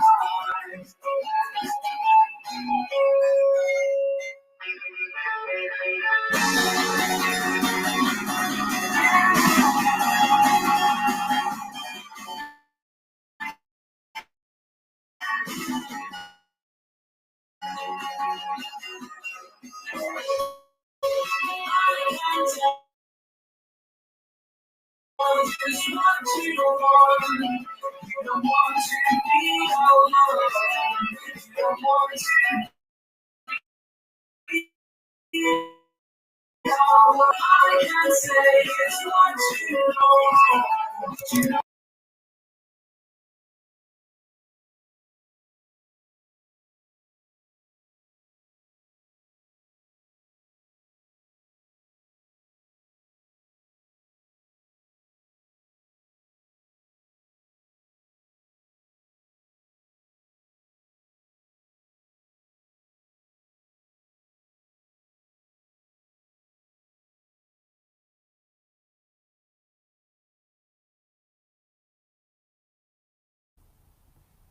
Okay, everybody, I'm back. I just had a little bit of lunch to eat. I mean, I just had like a quick, little bite to eat. Figured since it's only like, a half hour I have for lunch, and I made myself beef stroganoff in a crock pot, which I'm gonna eat a little bit of it now and have a little bit for dinner. That's why before I kind of refer to it as dinner, like a lunch slash dinner kind of thing. And I eat some now. I could eat some later. I could wrap some up. I could reheat it later. I could do a whole bunch of things with it, and it's I'm just glad I got to eat a little. The only thing is that you know when I get a break and I'm not in front of my computer, there's always something going on where it's where certain content gets blocked in certain parts of the world. But and I was looking at like out of all the parts of the world, like while I was eating my lunch, I was because I periodically go onto my regular Facebook just to see if my live settings are working, and I believe that they are. I mean, look, I mean. If I see that there's nobody tuned in, I can understand why. Because if people are out and about doing something, they're not necessarily going to watch it live. And in fact, I think most podcast viewers, and I could be 100% wrong about this, but most podcast viewers probably tune into it after the fact that it was already uploaded and not necessarily live. I just like to have it live so that people can see it live. But and then there's something that's always going on, like something that's something that's always going on, like with the Instagram feed, and it seems like every time it plays something, it's like it always stops halfway through. I don't know if it has to do with. I mean, I don't know, there's something funny when it comes down to what's blocked and what isn't. Like if you play certain, certain material gets blocked just about every single territory. And then there's stuff that doesn't get blocked, at all in any kind of territory. Like the other day, like I had to when I was filming live, I think it was this past Sunday, episode 2.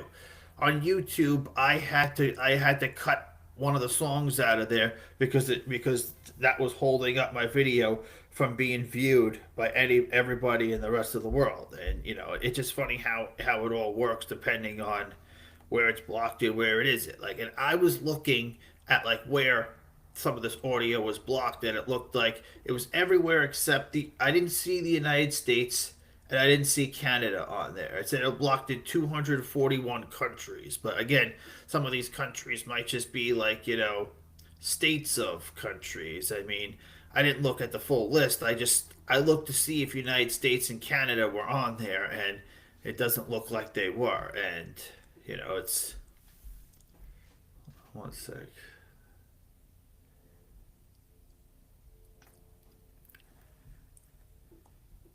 Yeah, so it's like the funny thing is that it's like you do a little trial and error before you start filming, but then you start to film, and then all of a sudden, you're still figuring out trial and error because there's always something that could go wrong. And as far as the music part goes, is part of the reason why I like to have the music playing in the background while I'm gone is I borrowed that idea from watching Howard Stern's show, and every single time he was out of the studio, they would have music playing like when he would like leave the studio, and you would hear like music playing too. Another reason why I do it too is I like to show people my diverse taste when it comes down to which music I like to listen to too. And as you could see, it's a very diverse mix of music. But the funny thing is that you could put together a playlist of 10 songs, and there's that one song that just that either blocks out part of the video or that blocks out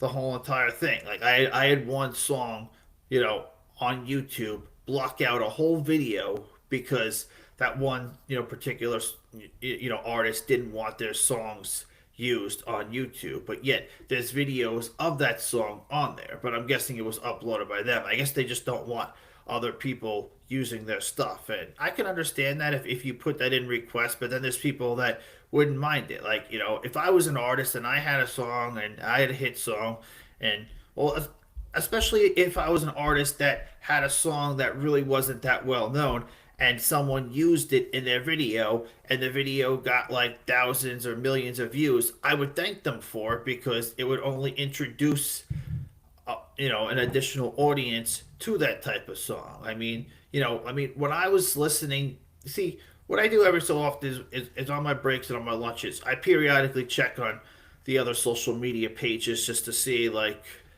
as to how like this as to see if everything's running smoothly or not, to see like if there's any errors that are going wrong, anything that's and it seems like they're all like they're all running like smooth and according to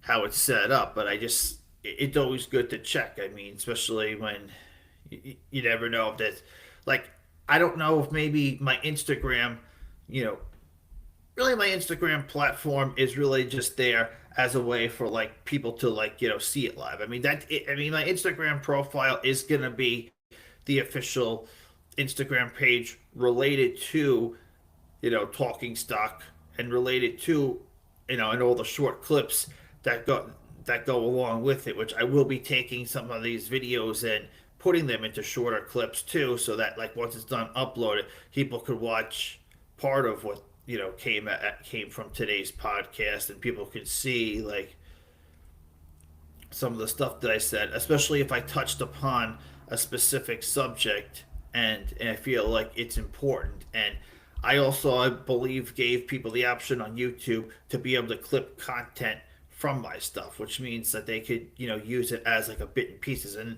And let me just say, I'm perfectly fine with it. I mean, as long as you don't misuse it in a wrong way and try to like, insult me, throw me under the bus, whatever, I'm fine with it. I mean, it's just, you figure this day and age, everything just gets used, you know, the way it gets used, like content wise. Like, like I know, like, for a while, I know a lot of people that like, that for, I don't, some people that still aren't on social media and people that used to not be on social media, all of a sudden, like, see that how often talked about how there's no more privacy anymore, how all of a sudden a bunch of old pictures from years ago, it's like you have someone that's not even on social media, yet they're in someone else's pictures because they decided to upload. Now, I mean, like that's a total violation of someone's privacy. That's one of the reasons why, like, you probably noticed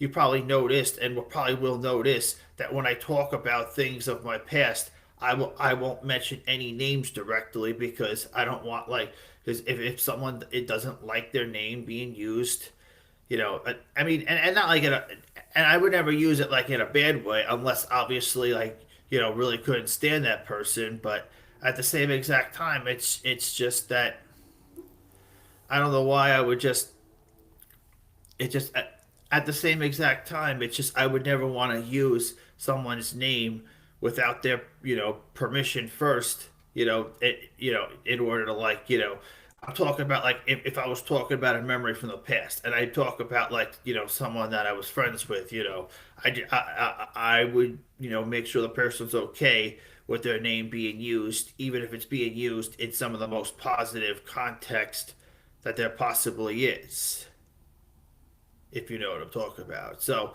what I also want to do too is that, like, all right, so as you know, like, I started uploading content to that YouTube channel. I uploaded that one video I showed you from 2023, and that video outlined pretty much everything that YouTube that I wanted to have that I wanted my YouTube channel to be about, and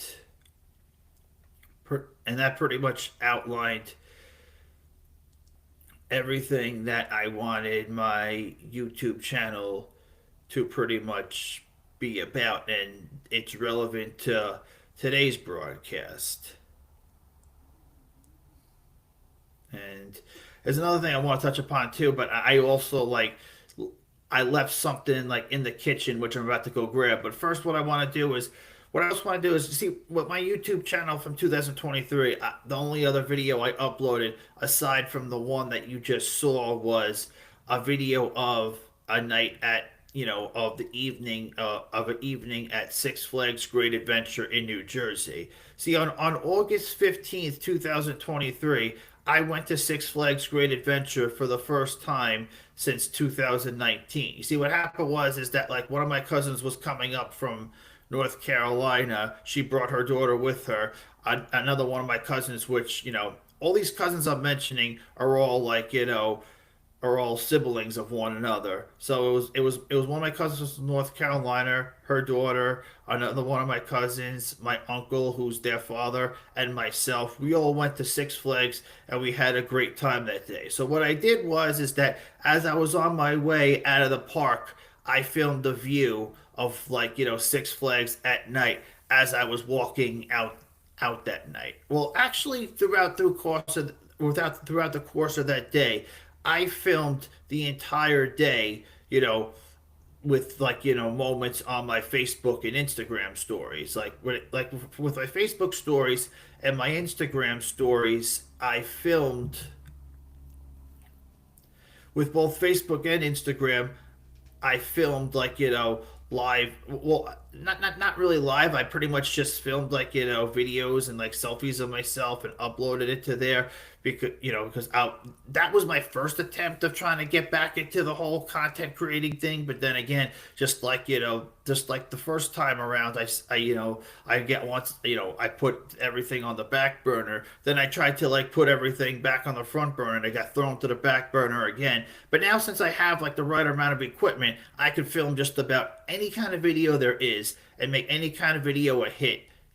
I mean, mainly what I want the most focus to be on when it comes down to content creating is my podcast. But what will help fuel my podcast is having other videos to go along with it too. And right now my podcast seems to be somewhat popular, even on pretty much other pretty much like smaller platforms too. Like I had somebody like reach out to me saying that like that I wish there was more podcasts like me, like yours, and gave me like his email address. And getting and in terms of getting back to that person, like if you're watching this video, just to let you know, you're on my laundry list of people to reach out to in regards to it. But because I have a lot going on in my regular life, outside of this, and I just started this, I will get back to you. But it's just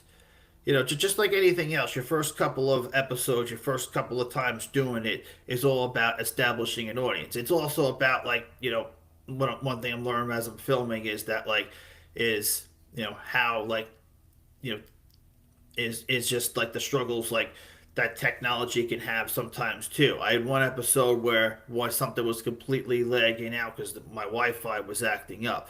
I had one where it didn't upload properly because it wasn't synced properly. And then I had one where the other day where there was one song in particular that I used that got like that actually blocked the entire video in all parts of the world on YouTube, but it was able to be fixed because all I had to do was take a small piece of it out and cut it out of like of the video. But then again, every platform's got different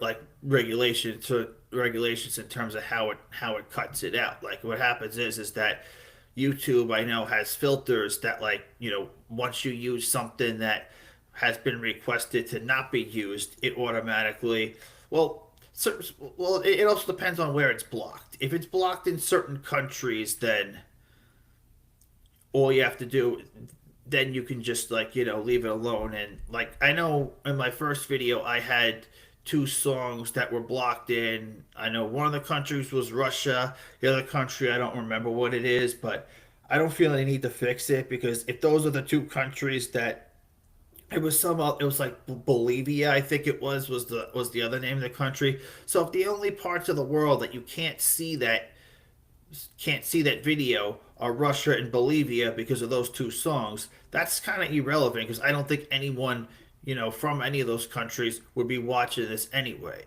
I think, most of the people watching right now are the people that I know and some of the people who have discovered it. I mean, again, when I see how many views each of this, when I see how many views, everything all gets, I also don't know as to who's tuning in and where they could be viewing it from. That's why I have it set out to public, and it's just all right. So what I want to do is I want to show you another video the only other video that I uploaded in 2023 of an evening, of like Six Flags on the evening. The day we went was August 15th, 2023. It was a Tuesday. So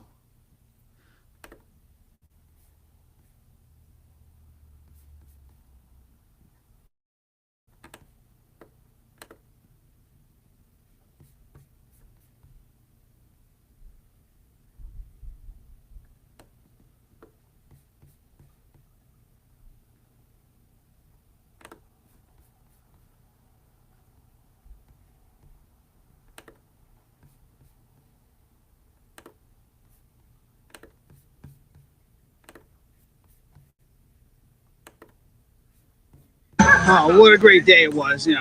Got on a lot of rides. We went on rides all day. It rained for a little bit.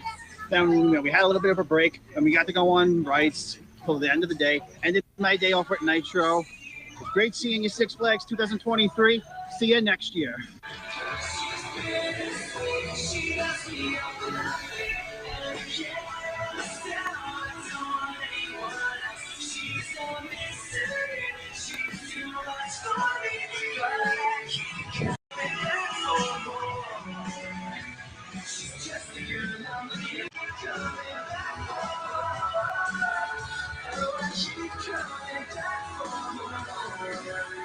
She's just the girl I'm looking for. Just the girl I'm looking for.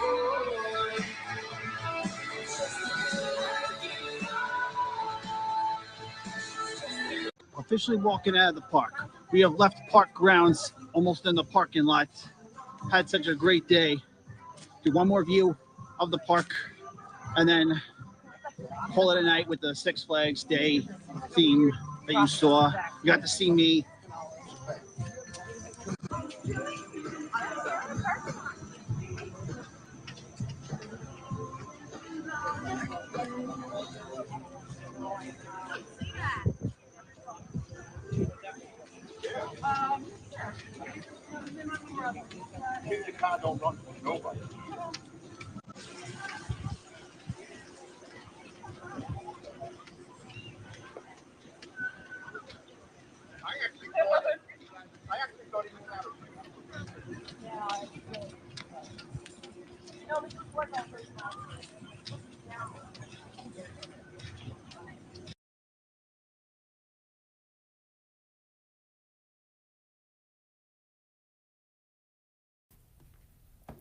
All right, so that day in particular, sir, is a day that that serves a place in my heart. And you might think that it's a little bit like, funny how is, if that's not the only time I've been to Six Flags in my life, why in particular does that day serve a place in my heart? I'll explain why in just a minute, and I'll just say that the part of the reason why it serves a day in my heart has a lot to do with that, like, I went there, that was summer of 2023. The last time I had been at Six Flags was 2019, which was before the pandemic, and that was my first time going, since the pandemic had hit, and it's the only time I had been there since. Like, you probably saw in that video that, I was like ending it off by saying, "See you in 2024, Six Flags."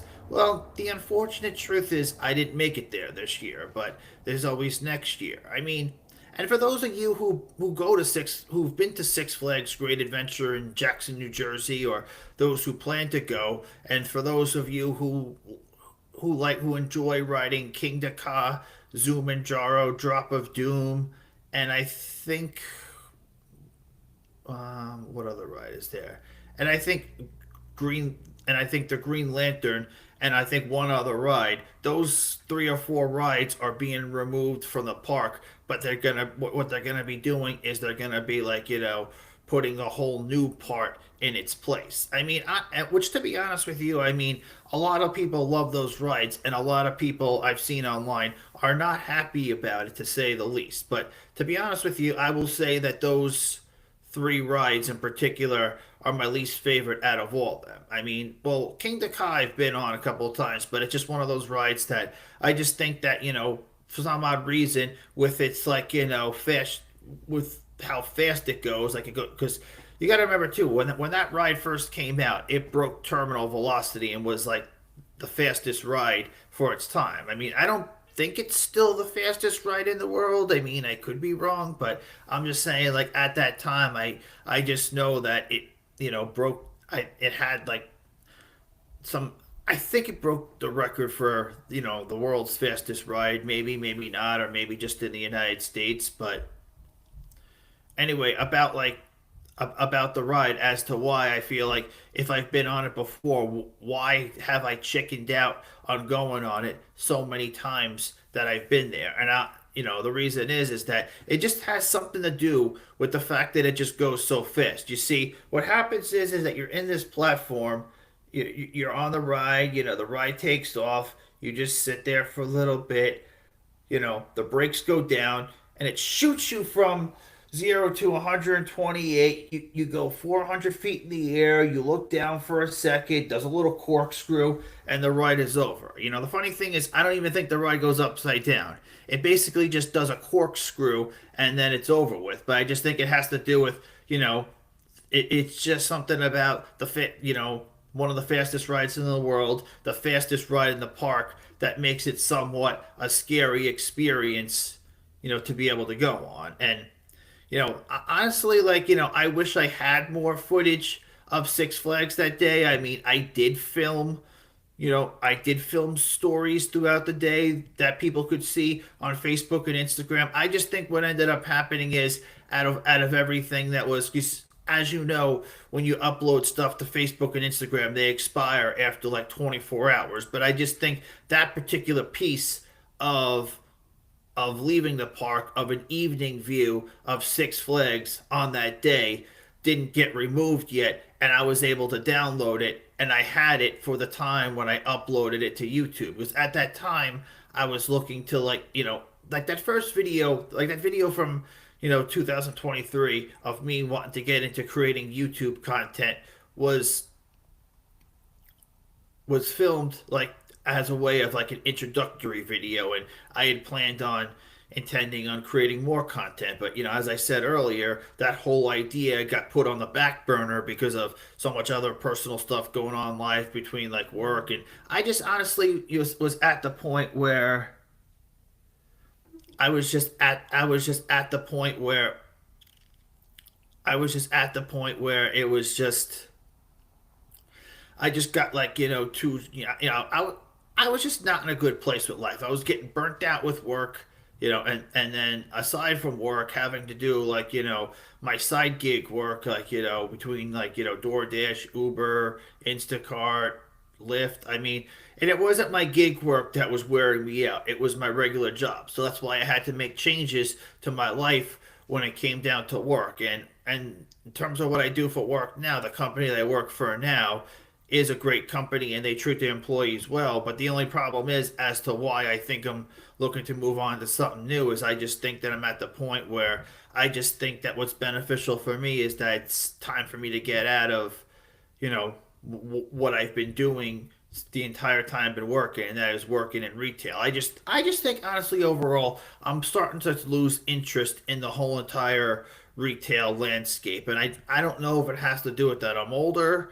I don't know if it has to do with that, like since I'm on my own, since I've been on my own since 2022, that I actually get see what the cost of living is. I mean, I experienced it. I, like many my age, have been at war with the cost of living pretty much the entire time I've been working and paying for stuff. But of course, when I first got my license at 17, my only expenses were really gas and stuff like that. And then, and at the time I was on my parents' car insurance plan. But then when I got my own car, then came a car payment and car insurance, and the expenses only built up as years go on. But, the funny thing is that with me having like my own place versus when I still lived at home when we were in Patchogue, my expenses have pretty much doubled or possibly even tripled. So I actually get to see, firsthand what the cost of, what my what I am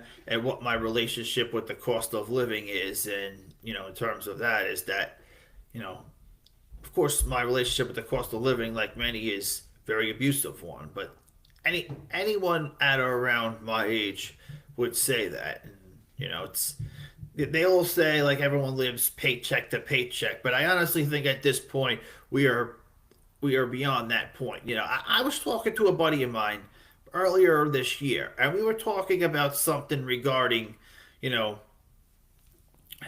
how the media always says how younger people living paycheck to paycheck, and he made a point saying that like that we are beyond that. He's saying that pretty much as a society we are all poor, and I happen to agree with what he says, and I think that he's spot on and he's on point with what he had to say about the fact that as a society, especially the younger generation, that we're pretty much, like when you talk about like paycheck to paycheck means you can get by, and but you just live paycheck to paycheck and just don't have any money to save up. But what he was trying to say is that we are past that point, and pretty much, we are all pretty much poor at this point, which, he made a great point about, meaning that, in other words, he started talking about how, like, most people can't afford rent without a roommate, which I believe is true. I mean, I live by myself, and I just think that, majority of people don't know how to afford rent without a roommate. I'm one of the unhypothesized few that figured out a way, but to be able to afford rent without a roommate, but I just think that it's, and he made a great point by saying that. And I mean, but at the same exact time, a lot of what is said can sometimes, in some way, like many years behind where we actually are at. Like when you talk about living paycheck to paycheck, that's where we were at maybe 10 years ago. But like for the past 5, 10 years or so, it's been at the point where like he was saying, pretty much as a society, we're all pretty much poor for the most part. Well, except for the people who make like six-figure salary, and it also depends on where you live too. Like as I said before, Long Island, along with Southern California, are probably some of the most expensive places to live. But at the same exact time, it's you got good quality here on Long Island. I mean, there's so much stuff to do. There's always events to go to. We have great places to go in the summertime. We have the Long Island Sound, which is on the North Shore, separates Long Island from Connecticut and parts of Westchester County in New York. We have the Shinnecock Bay, which is in between the North and South Forks, which the east end of Long Island is separated by forks. You have a North Fork and you have a South Fork because you have the Shinnecock Bay in the middle, and then you also have a little island in the middle of that known as Shelter Island. And then when you're not on the east end of Long Island, yeah, yeah, you have like we have the Long Island Sound on the North Shore. You have the South Shore, which has the Great South Bay. You have Fire Island, which has the ocean. Because what happens is that when you're on the South Shore of Long Island, you're along like the shoreline of the Great South Bay, and then on the other side of the Great South Bay, there's a little island called Fire Island, and I think it got its name from like a long time ago. A bunch of pirates were on the island, and there was a big fire or so. So that's why they call it Fire Island. I think that's the story behind it. I mean, I was told that when I was really young, and I just don't know if, I don't know the validity behind it. I mean, I'm sure if it's coming from the right people, then I'm sure, I'm sure if I heard it from, I think it was my parents that told me. I mean, but I think I was really young. I just happened to remember the whole story behind why it's called Fire Island. But yeah, it's a beautiful place to visit. It's a fun place to visit. A lot of great stuff to do. You have different parts of Fire Island. You have like, well, I think even Smiths Point County Park is considered part of Fire Island. But then aside from that, you have Watch Hill, yeah, which is like a beautiful area of it. It's pretty much like just a bunch of summer homes, and it's a bunch of like nature walks, nature preserves.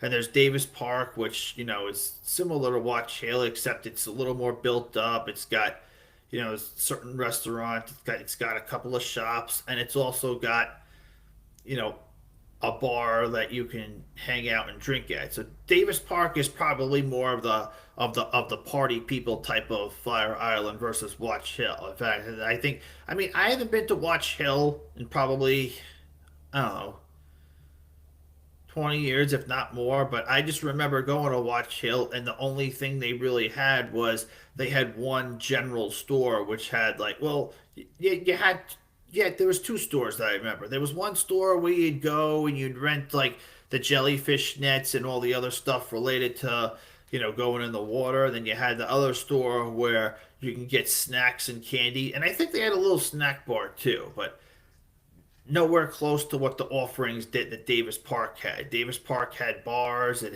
had restaurants, it had one summer we stayed at a beach house out there with it was it was myself, it was my immediate family, which was my parents, myself, and my late younger brother Mason, and we stayed with my mother's best friend from high school and her family, and and we had a great time over there. But the one thing I hated about it though was, I mean, yeah, the beach house was nice. It was nice getting away for the weekend and having fun, like eating snacks, going in the ocean, going in like the Great South Bay, which the Great South Bay goes separates Long Island South Shore from Fire Island. And well, the one thing I didn't like about like when we stayed at Davis Park was the amount of mosquitoes there was atrocious. Like the amount of mosquitoes there was absolutely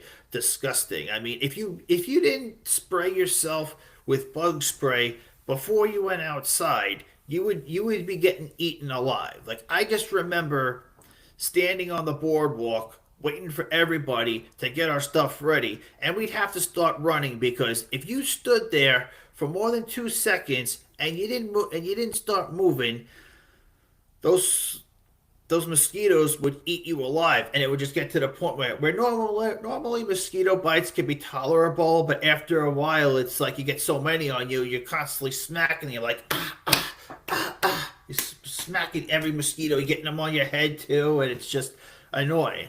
And I'll tell you something that's even worse than mosquitoes. When we were in the bay part of it, you know, we were swimming in the bay, which is, shallower water and less waves. And we were just basically like going there and we were like digging for clams and digging for shells inside the water. And there was these green-headed horse flies that would get on your head. And that was just like, I just remember like these green heads getting on me and having to constantly smack them. And it was just, oh my God, it was just, I mean, it was a great trip nevertheless, but I'm just saying that like having to deal with like the horse flies and all that shit that you had to deal with, it was just annoying and get eaten alive. And I remember there was this thing where, there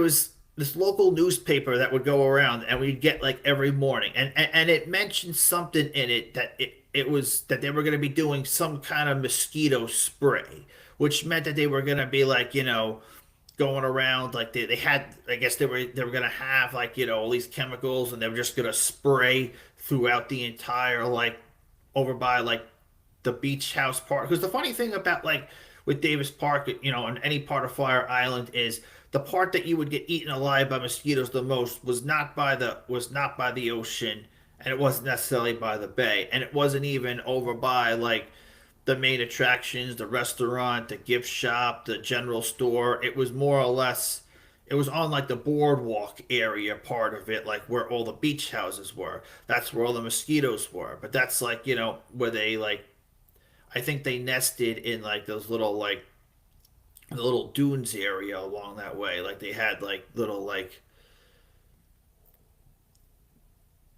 I think, over by like where the beach houses were, I think that's where all the mosquitoes like nested, and that's why the mosquito problem was just such a big thing. And I honestly think that whole mosquito spray thing that they said that they were gonna do, and I mean, I don't remember if it was from some local newspaper that got sent to us. I don't remember if it was from that or if it was from maybe they were already planning on doing it and they just had like it was listed as like something that they were going to do as events that were up and coming, and that they were going to do a mosquito spray. But to me, that I look at it, it sounds like it was probably just a hoax to, I guess, get people to not be so afraid of the mosquitoes, because it's just like, those mosquitoes just like eat you alive. And I mean, I've always like, you know anytime you're by any kind of body of water, especially like on Long Island, you've always dealt with mosquitoes, but you never dealt with mosquitoes in that kind of way. And I just remember like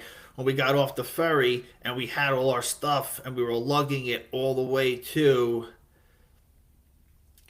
the beach house that we were staying at.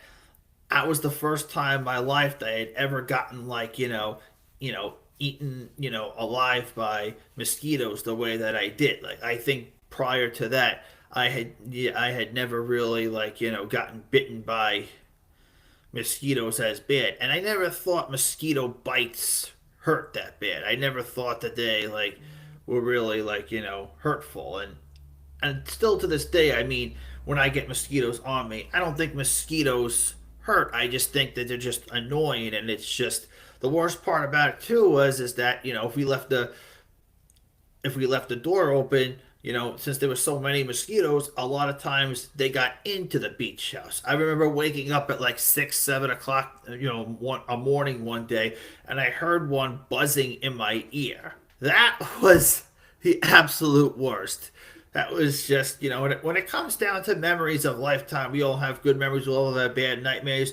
Let me tell you, that was a fucking nightmare having those, having mosquitoes in my ear. It would have been even worse if it was a green-headed horsefly, but the reason it wasn't is because, see, the green-headed horseflies pretty much only inhabited when you were right over by the Great South Bay area and you were swimming in the Bay area. They'd come and get you. And it was in the Davis Park part of Fire Island, like, because every year when we would visit Fire Island for the summer, we would take a day trip. We would get on a ferry.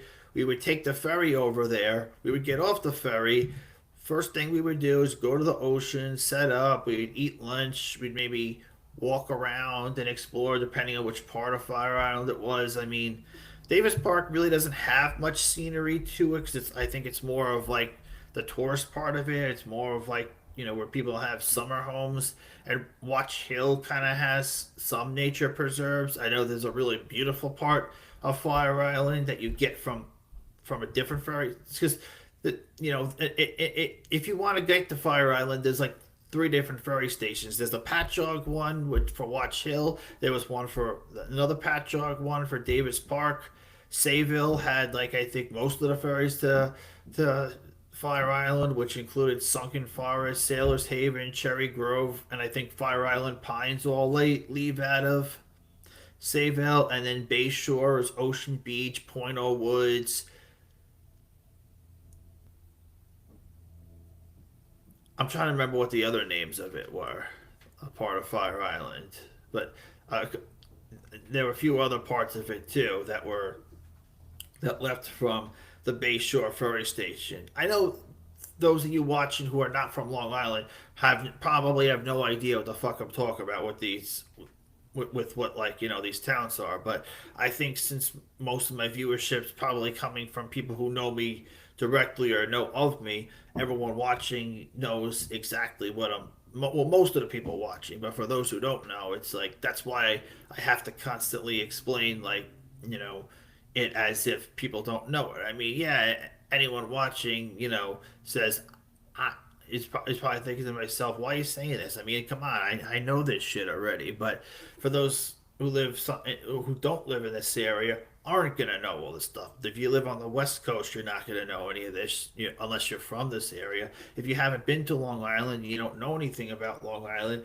you're not gonna know what the fuck I'm talking about. So I have to talk to my audience as if, explain to them as to what it is, which makes me remember when I was in school that different teachers taught you different things. Like, I remember when I was in high school, like in English class, the first thing you had to do in every single, like, what every single high school English teacher told me was this: to your start off your essay introducing it to someone as if the person reading the essay doesn't know who these people are and what the story is all about, instead of just like. But then, certain college professors on the other hand told you to do differently. They said to just, take the point and drive it home, pretty much. So, depending on, like, but it's just like that with anything else in life, depending on where you hear it from, who you learn it from, who you have. But it just, there's something about, like, high school teachers, like, always telling you, or like, first you introduce the subject and to the reader as if the reader doesn't know what you're talking about. And then when you get to, like, college, they just tell you to take the point and drive it home. So but it all depends on who you have as well. I mean, I think they should just start telling people to just take the point and drive it home so that it's more simplified. And I mean, if all my viewership coming from here was from Long Island, I would not have to explain where all the ferry stations come from, because everybody would know where it comes from, like Patchogue, Sayville, Bayshore, Those are all like the Fire Island ferry station. Hold on.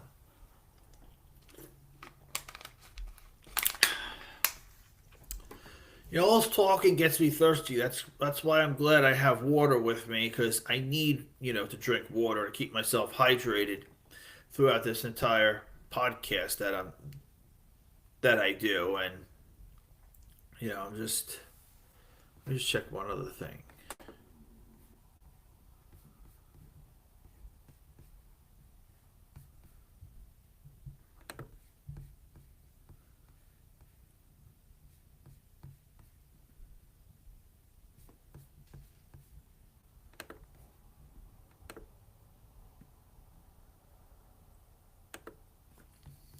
Just checking, who's tuning in. Hold on, someone sent me some. Let me just look.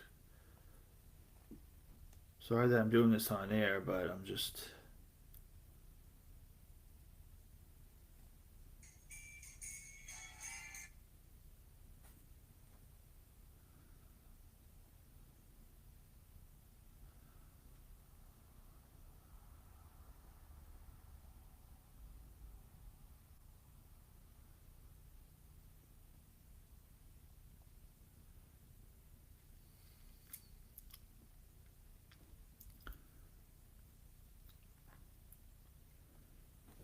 Excuse me about that, but here and there, I just got to do periodic checks to make sure everything's running fine. I mean, I know it's recording live, but I have to check in on stuff because I just have to make sure everything's running smoothly. Like I know what I did yesterday was I scheduled a YouTube filming ahead of time, but I just think that I didn't really need to do. I just have to figure out because what I want to be able to do is for all the people who are subscribed to my YouTube channel and anyone that could potentially subscribe to my YouTube channel is be able to have something that's gonna be to let them know there's a future recording coming up. And it looks like I did that, but unless it's gonna feed into that, but this is my first time doing it. You see, it's just there's only so much that you could do when you play around with this and you haven't already started it out yet. It's just you almost kind of learn as you go. And I think for it being my third episode and the fact that I'm self-producing all this, I think I'm doing pretty fucking great. That's just what I'm saying. I mean, everyone starts off small and becomes big. I mean, it's at this point, this is when it comes to podcasting, it's not exactly my first rodeo, but it's I'm learning. I'm out there. I'm just you know I'm up and coming. I'm a rising star, if you want to say that. But it's just But I mean, everyone else thinks I'm doing great. I mean, yeah. I mean, hold on, fixing all this. Yeah, and another thing that makes things easier or harder for one another is when you have certain topics written down. And yesterday I was just so busy that I started to put together an outline that I'm reading off of, but there's certain things I left out of it. And at the same exact time, what's also becomes a thing too is that you put stuff together and you're gonna go off script on times when especially when it comes down to having live chat with someone, you're gonna go off script because you're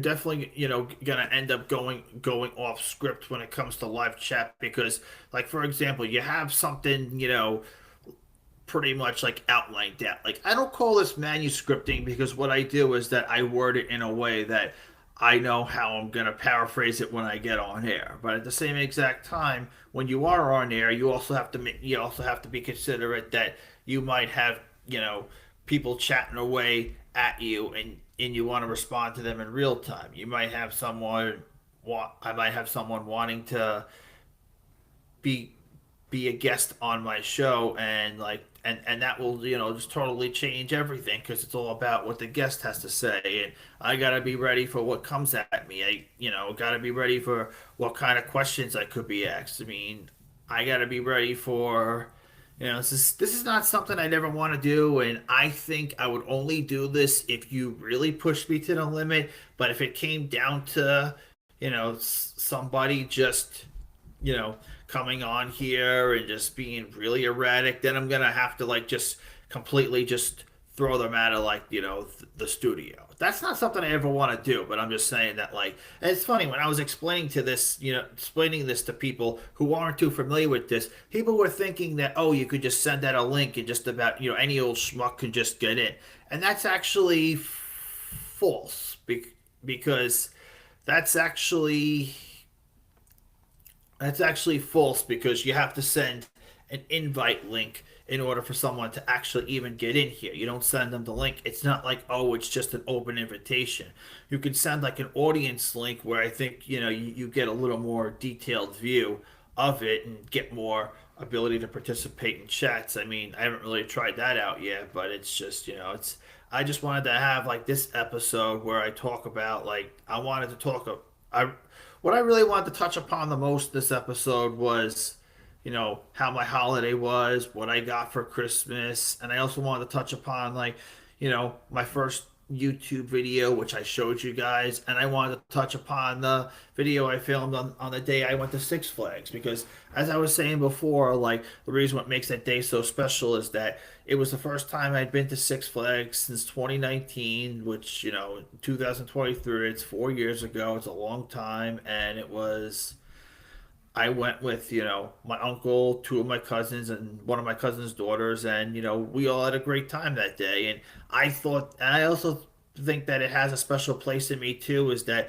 I was going through tough times, like, with work and being overworked, and that had a vital role in why I didn't get started right away with all my content creation as I wanted to at that time. Like, really, what it was is that when I was filming the day I was at Six Flags, I was feeling like really, really good about myself. I was feeling as if I was just like I was just feeling like I was just like, I was feeling a completely different person compared to like what I was. And I'll tell you, like, that summer I wasn't quite as overworked as I eventually became. But what happened was is that I was literally feeling like I was feeling like I was hovering over my own body, if you want to say that. And I just felt like I was just having such a great time that I got to film this all that day. I mean, had I had more footage from that day that I had filmed, I would have posted it, of course, on YouTube. But that was the only bit that I downloaded because the rest of it had already expired. I saw that there was one part of the story that was already up. I'm like, you know what? I'll just download this. And with all that coming to mind, it is, what also made me change as a person is that earlier on in life, I didn't feel there was too much importance of taking pictures, taking videos, and I kind of regret that because if I was able to do that, if well not able to do it, if I had done that more often, I would have a lot more to share, and I just think that that would make I know why people films, take pictures and videos of things because they want it to be a part of their life. Like let's see. At one point in time when I was strongly opposed to social media and I wasn't on any form of social media, one thing that I really hated more than anything else is how people took so many pictures of so many different things, and I just didn't feel it was important because I was just against that culture altogether. But then I saw to myself, I can't be too against it because then you're kind of not in touch with the world. I mean, there comes times where there's things you like, there's things you don't like, but regardless of whatever situation you're in, you have to adapt, and it's the only truth. But 10 years ago, social media 10 years ago versus social media now is a little different. Whereas like if I had wanted to start a podcast 10 years ago, I don't think the idea of typical average Joe kind of people filming podcasts was really much of like a thing. I mean, I'd heard of podcasts. I'd probably watched podcasts, not really realizing it's called one. I mean, speaking of the name podcast, sometimes I don't even know as to why they still call it that when nobody has iPods anymore. That was a meme that I saw somebody posted, and like how to get the name podcast to begin with. Like, isn't it just an internet broadcast? I mean, if that's the case, then it kind of predates the whole you know, even like the whole entire like when iPods were big and stuff like that. And nowadays you never see iPods anymore. Like anytime it's mentioned in any sort of like song or like any form of like like TV shows or movies, sure the younger generation's probably watching it and they don't even know what an iPod is because do they even make them anymore? That's what I'm wondering. I mean, I think probably not, or maybe it's just like one of those things that's in like that little, like you see all these stores, like Walmart, Target, Costco. They all have every store has like a 4 foot section of stuff that people no longer like even like use anymore. Like they all have like that 4 foot section of things that nobody really uses anymore, but somehow still exists. Like if you go into a Walmart and you go into their electronics section, they still have a decent DVD and video game selection, but that's because that a decent amount of people still buy that kind of stuff. But then there's a little 4 foot section that has other stuff that I mean, I was surprised that even just probably about a year ago, one of my local Walmarts was still selling corded telephones, like a new landline telephone to replace your old landline. And and pretty much, I'm thinking to myself that, I mean, the majority of people out here that still have landlines are most likely those who had them for years and have just never gotten rid of them. Like, I know, like, in like when we still lived at our house, we still had a landline for a while, and I was saying to my father, why don't we just dump our landline if we don't use it? But it was part of our like our cable provider company had some kind of deal where yeah, where it was TV, internet, and phone. So you had to have like you had to have the voice part of it in order to get like it made the whole package cheaper. You got all your all your major cable TV channels. You got your internet service and your and or slash Wi-Fi, and you had like your telephone service too. But I think after a while they allowed you to drop the telephone service and keep a plan where you have just cable and internet or you have just internet. They have all kinds of plans. I mean, I know like with my local you know cable internet provider Optimum, I only get Wi-Fi from them. I mean, because cable part's too expensive and I don't really watch a lot of TV. I mean, I do have a subscription to YouTube TV, because I figured I always have it just in case, if I want to watch something live. But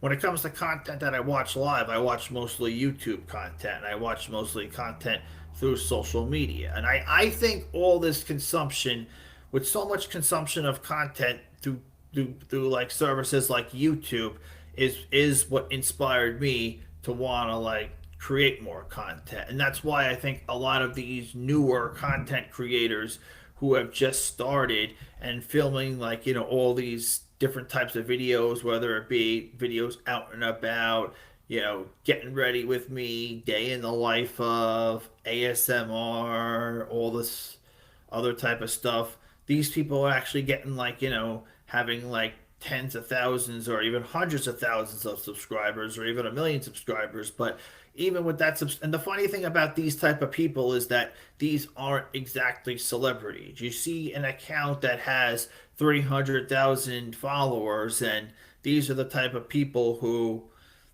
I could walk into one of them right now and not even know who they are. But then again, it's just I just think what's happened is that it's the shift like over time of from regular like programming to like social media programming. And some of these people have so much subscribers that they get like thousands of views within 3 hours, whereas you have people like me who still only have 9 subscribers. But then again, I haven't been actively posting, stuff on social media, and everyone's first video usually either not their best video, or it's just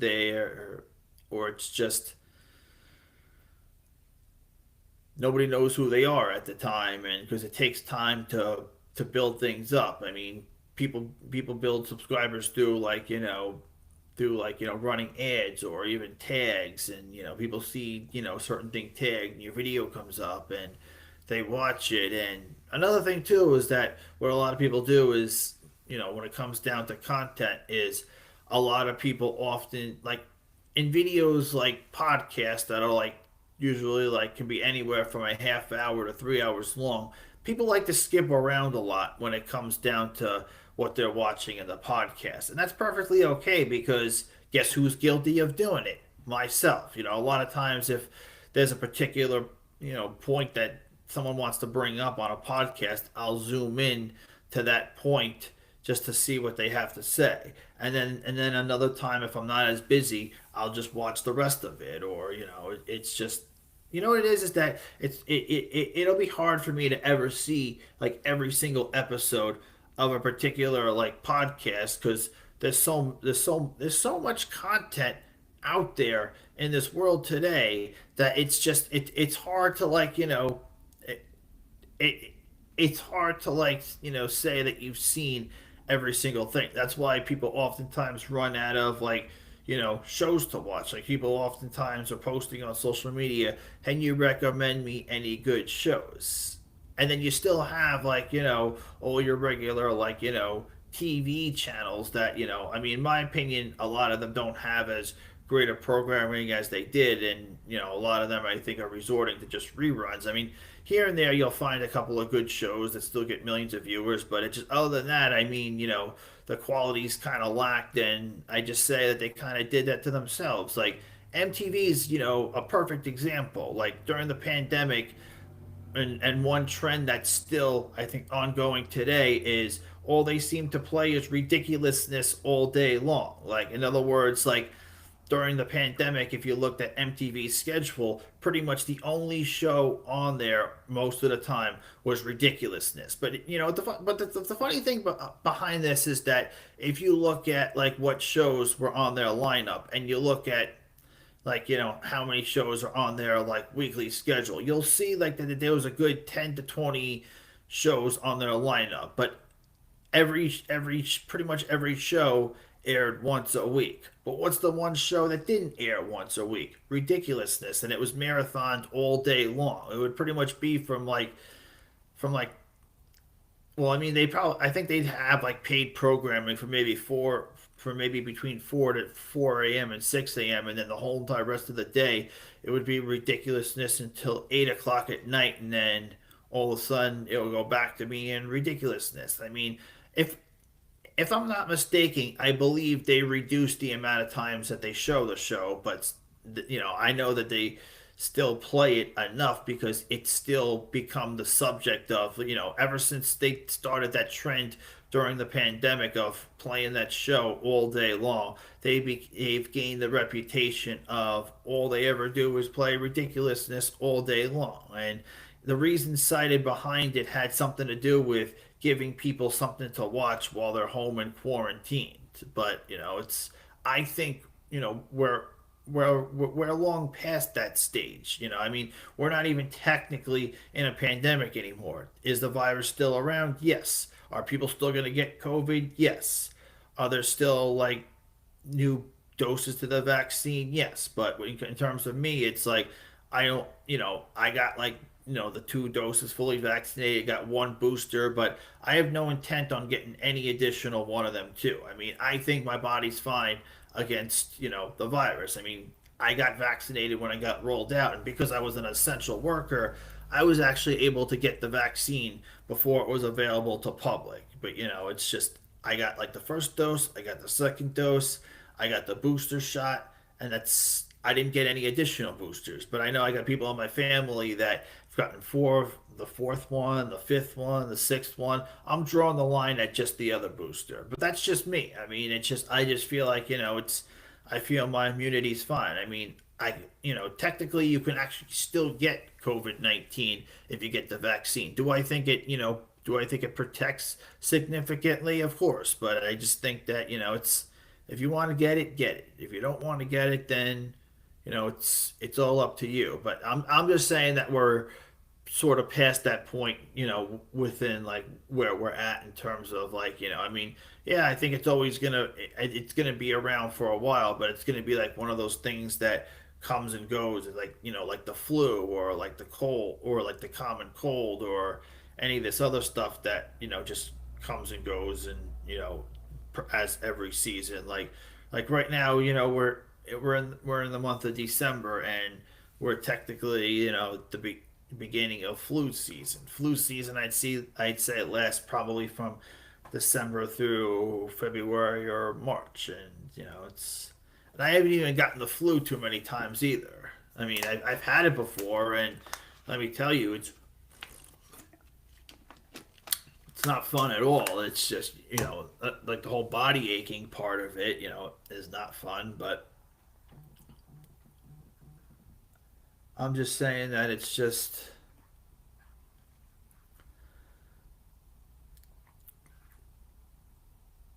we're at a different part of life now, and I mean, I will, the last thing I'll say about the pandemic in general is that I just think that we lost a lot of time in life because of it, and it had a dramatic effect on my life. I mean, in some way, I do think it gave me certain forms of positivity. Like I think it has a lot to do with why I wanted to get into creating content. Like, as you probably saw in that video that I showed you that I filmed in 2023, I was mentioning how, I, made the attempt to start filming my first, video that I was going to post during the pandemic, but I just wasn't feeling it at all. I mean, I pretty much picked up the phone, started filming, and I felt like so very socially rusty like at that time, and it was just like I give up. It's just, and I said to myself, I'm just gonna wait until as we start weaning our way out of it, and there's more we can do, like and there's more fun stuff. But then by that point in time, the whole idea of content creating got put on the back burner. You see, so many times I've just thrown it on the back burner. What I learned I got to do it myself is not do that. And this time around, I won't do that. I mean, I have a set filming schedule, and I think that that's great because when you have things that are that are filmed like on or close to that are on schedule, you have you have it set out that people can tune into it. And a lot of times I have to send messages saying, hey, tomorrow I'll be filming, which last night I had meant to, or very early this morning I had meant to send a message on the Talking Stock Facebook page, which I would share with my regular Facebook page, saying that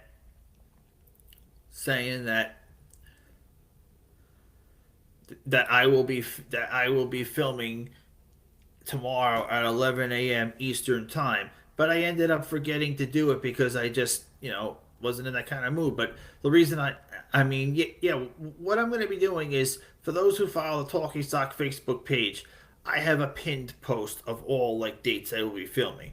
I will be adjusting it as time goes on. So if you want to know what I'm filming, just look at that date. But at the same exact time, I still have to send out a post to let people know that I am, because people do oftentimes become forgetful. And I'm not knocking anyone personally. I'm not saying anything about somebody personally. I'm just stating the facts. I'm stating the facts about how things are, and it's. I just think that it's. I'm glad I came up with this idea, and this is as time goes on, I think I have a concept that has it's definitely potential award-winning material. Just right now, who it reaches, and I just think that if across every platform that I'm streamlining this podcast through, if the fact is that I've gotten, I think one video, I you know what it is, I don't really keep track of things that much. I don't keep track of, think how many views necessarily getting, but I could have sworn one of them I had like 300 something views, and some of them I'm gonna say a good 5 to 10 of them were probably me, like, checking in to see if everything's going smoothly, and I think the other ones could have been reoccurring. But for someone who's not as well known as a podcaster, and someone whose followers are people that he knows, in real life, I think that's actually not bad at all, especially for a project that I had just started. So it's just, but I mean, honestly, I think, the, you know, between getting, like when I got this laptop that I'm filming at off of as a birthday gift, that was a huge break in terms of what I could do. And getting a camcorder for Christmas is even better because now I could do off location shoots and upload them to here. And I think I could possibly even do this podcast on the go. But doing everything on just a phone alone. I mean, yeah, I know there's a lot of people that film videos and they use their phone as a camera, but they're not strictly doing it on a phone. And I think that's why I couldn't do much back in 2023. But even back in 2020, when I initially had this idea, the idea was is that I was going to start saving some money up to buy a laptop. And I think I even went into a Staples, and on break one day, and or lunch, or maybe for my free time. I don't remember why I was in a Staples, and I saw that they had, like, a bunch of computers, and I saw that there was they had payment plans. Like, you could just buy this computer and pay like $10-20 a month until it's paid off. And I was thinking about doing it, but like everything else, got put on the back burner. And that's the one thing I gotta not do, is put things on the back burner. That's why having filming schedule for this is very helpful in terms of doing all that stuff. And I have a lot of, like, great ideas for this. And it's just, I think, as it grows, as I have more guests come on, having guests come on, especially people who are content creators themselves. I might not be that well known, and they might be very well known, or they might be moderately known, or they might be just like me. But if you ask them if they want to come on, they say yes. I mean, it can only help them, and it won't hurt them. I mean, if anything, it's not going to hurt them. It's only going to help them, if anything, even if it doesn't do much. It's just the fact that it won't hurt them. So that's the plus, right, that we get out of it right there. Let me just look at something.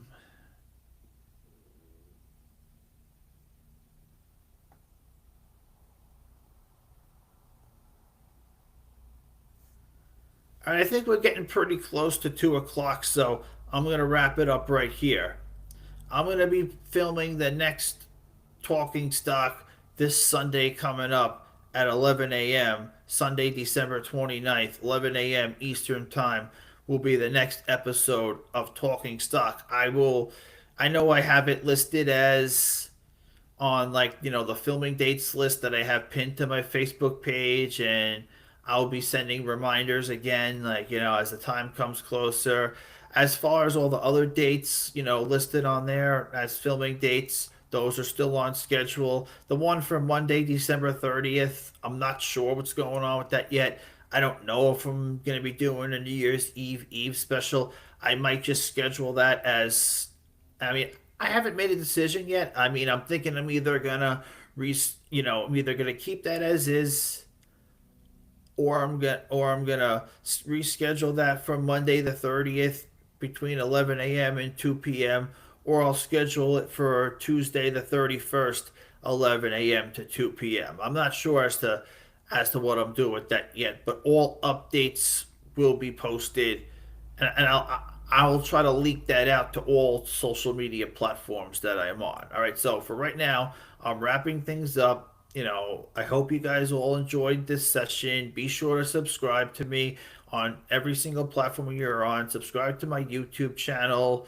Like me on Facebook.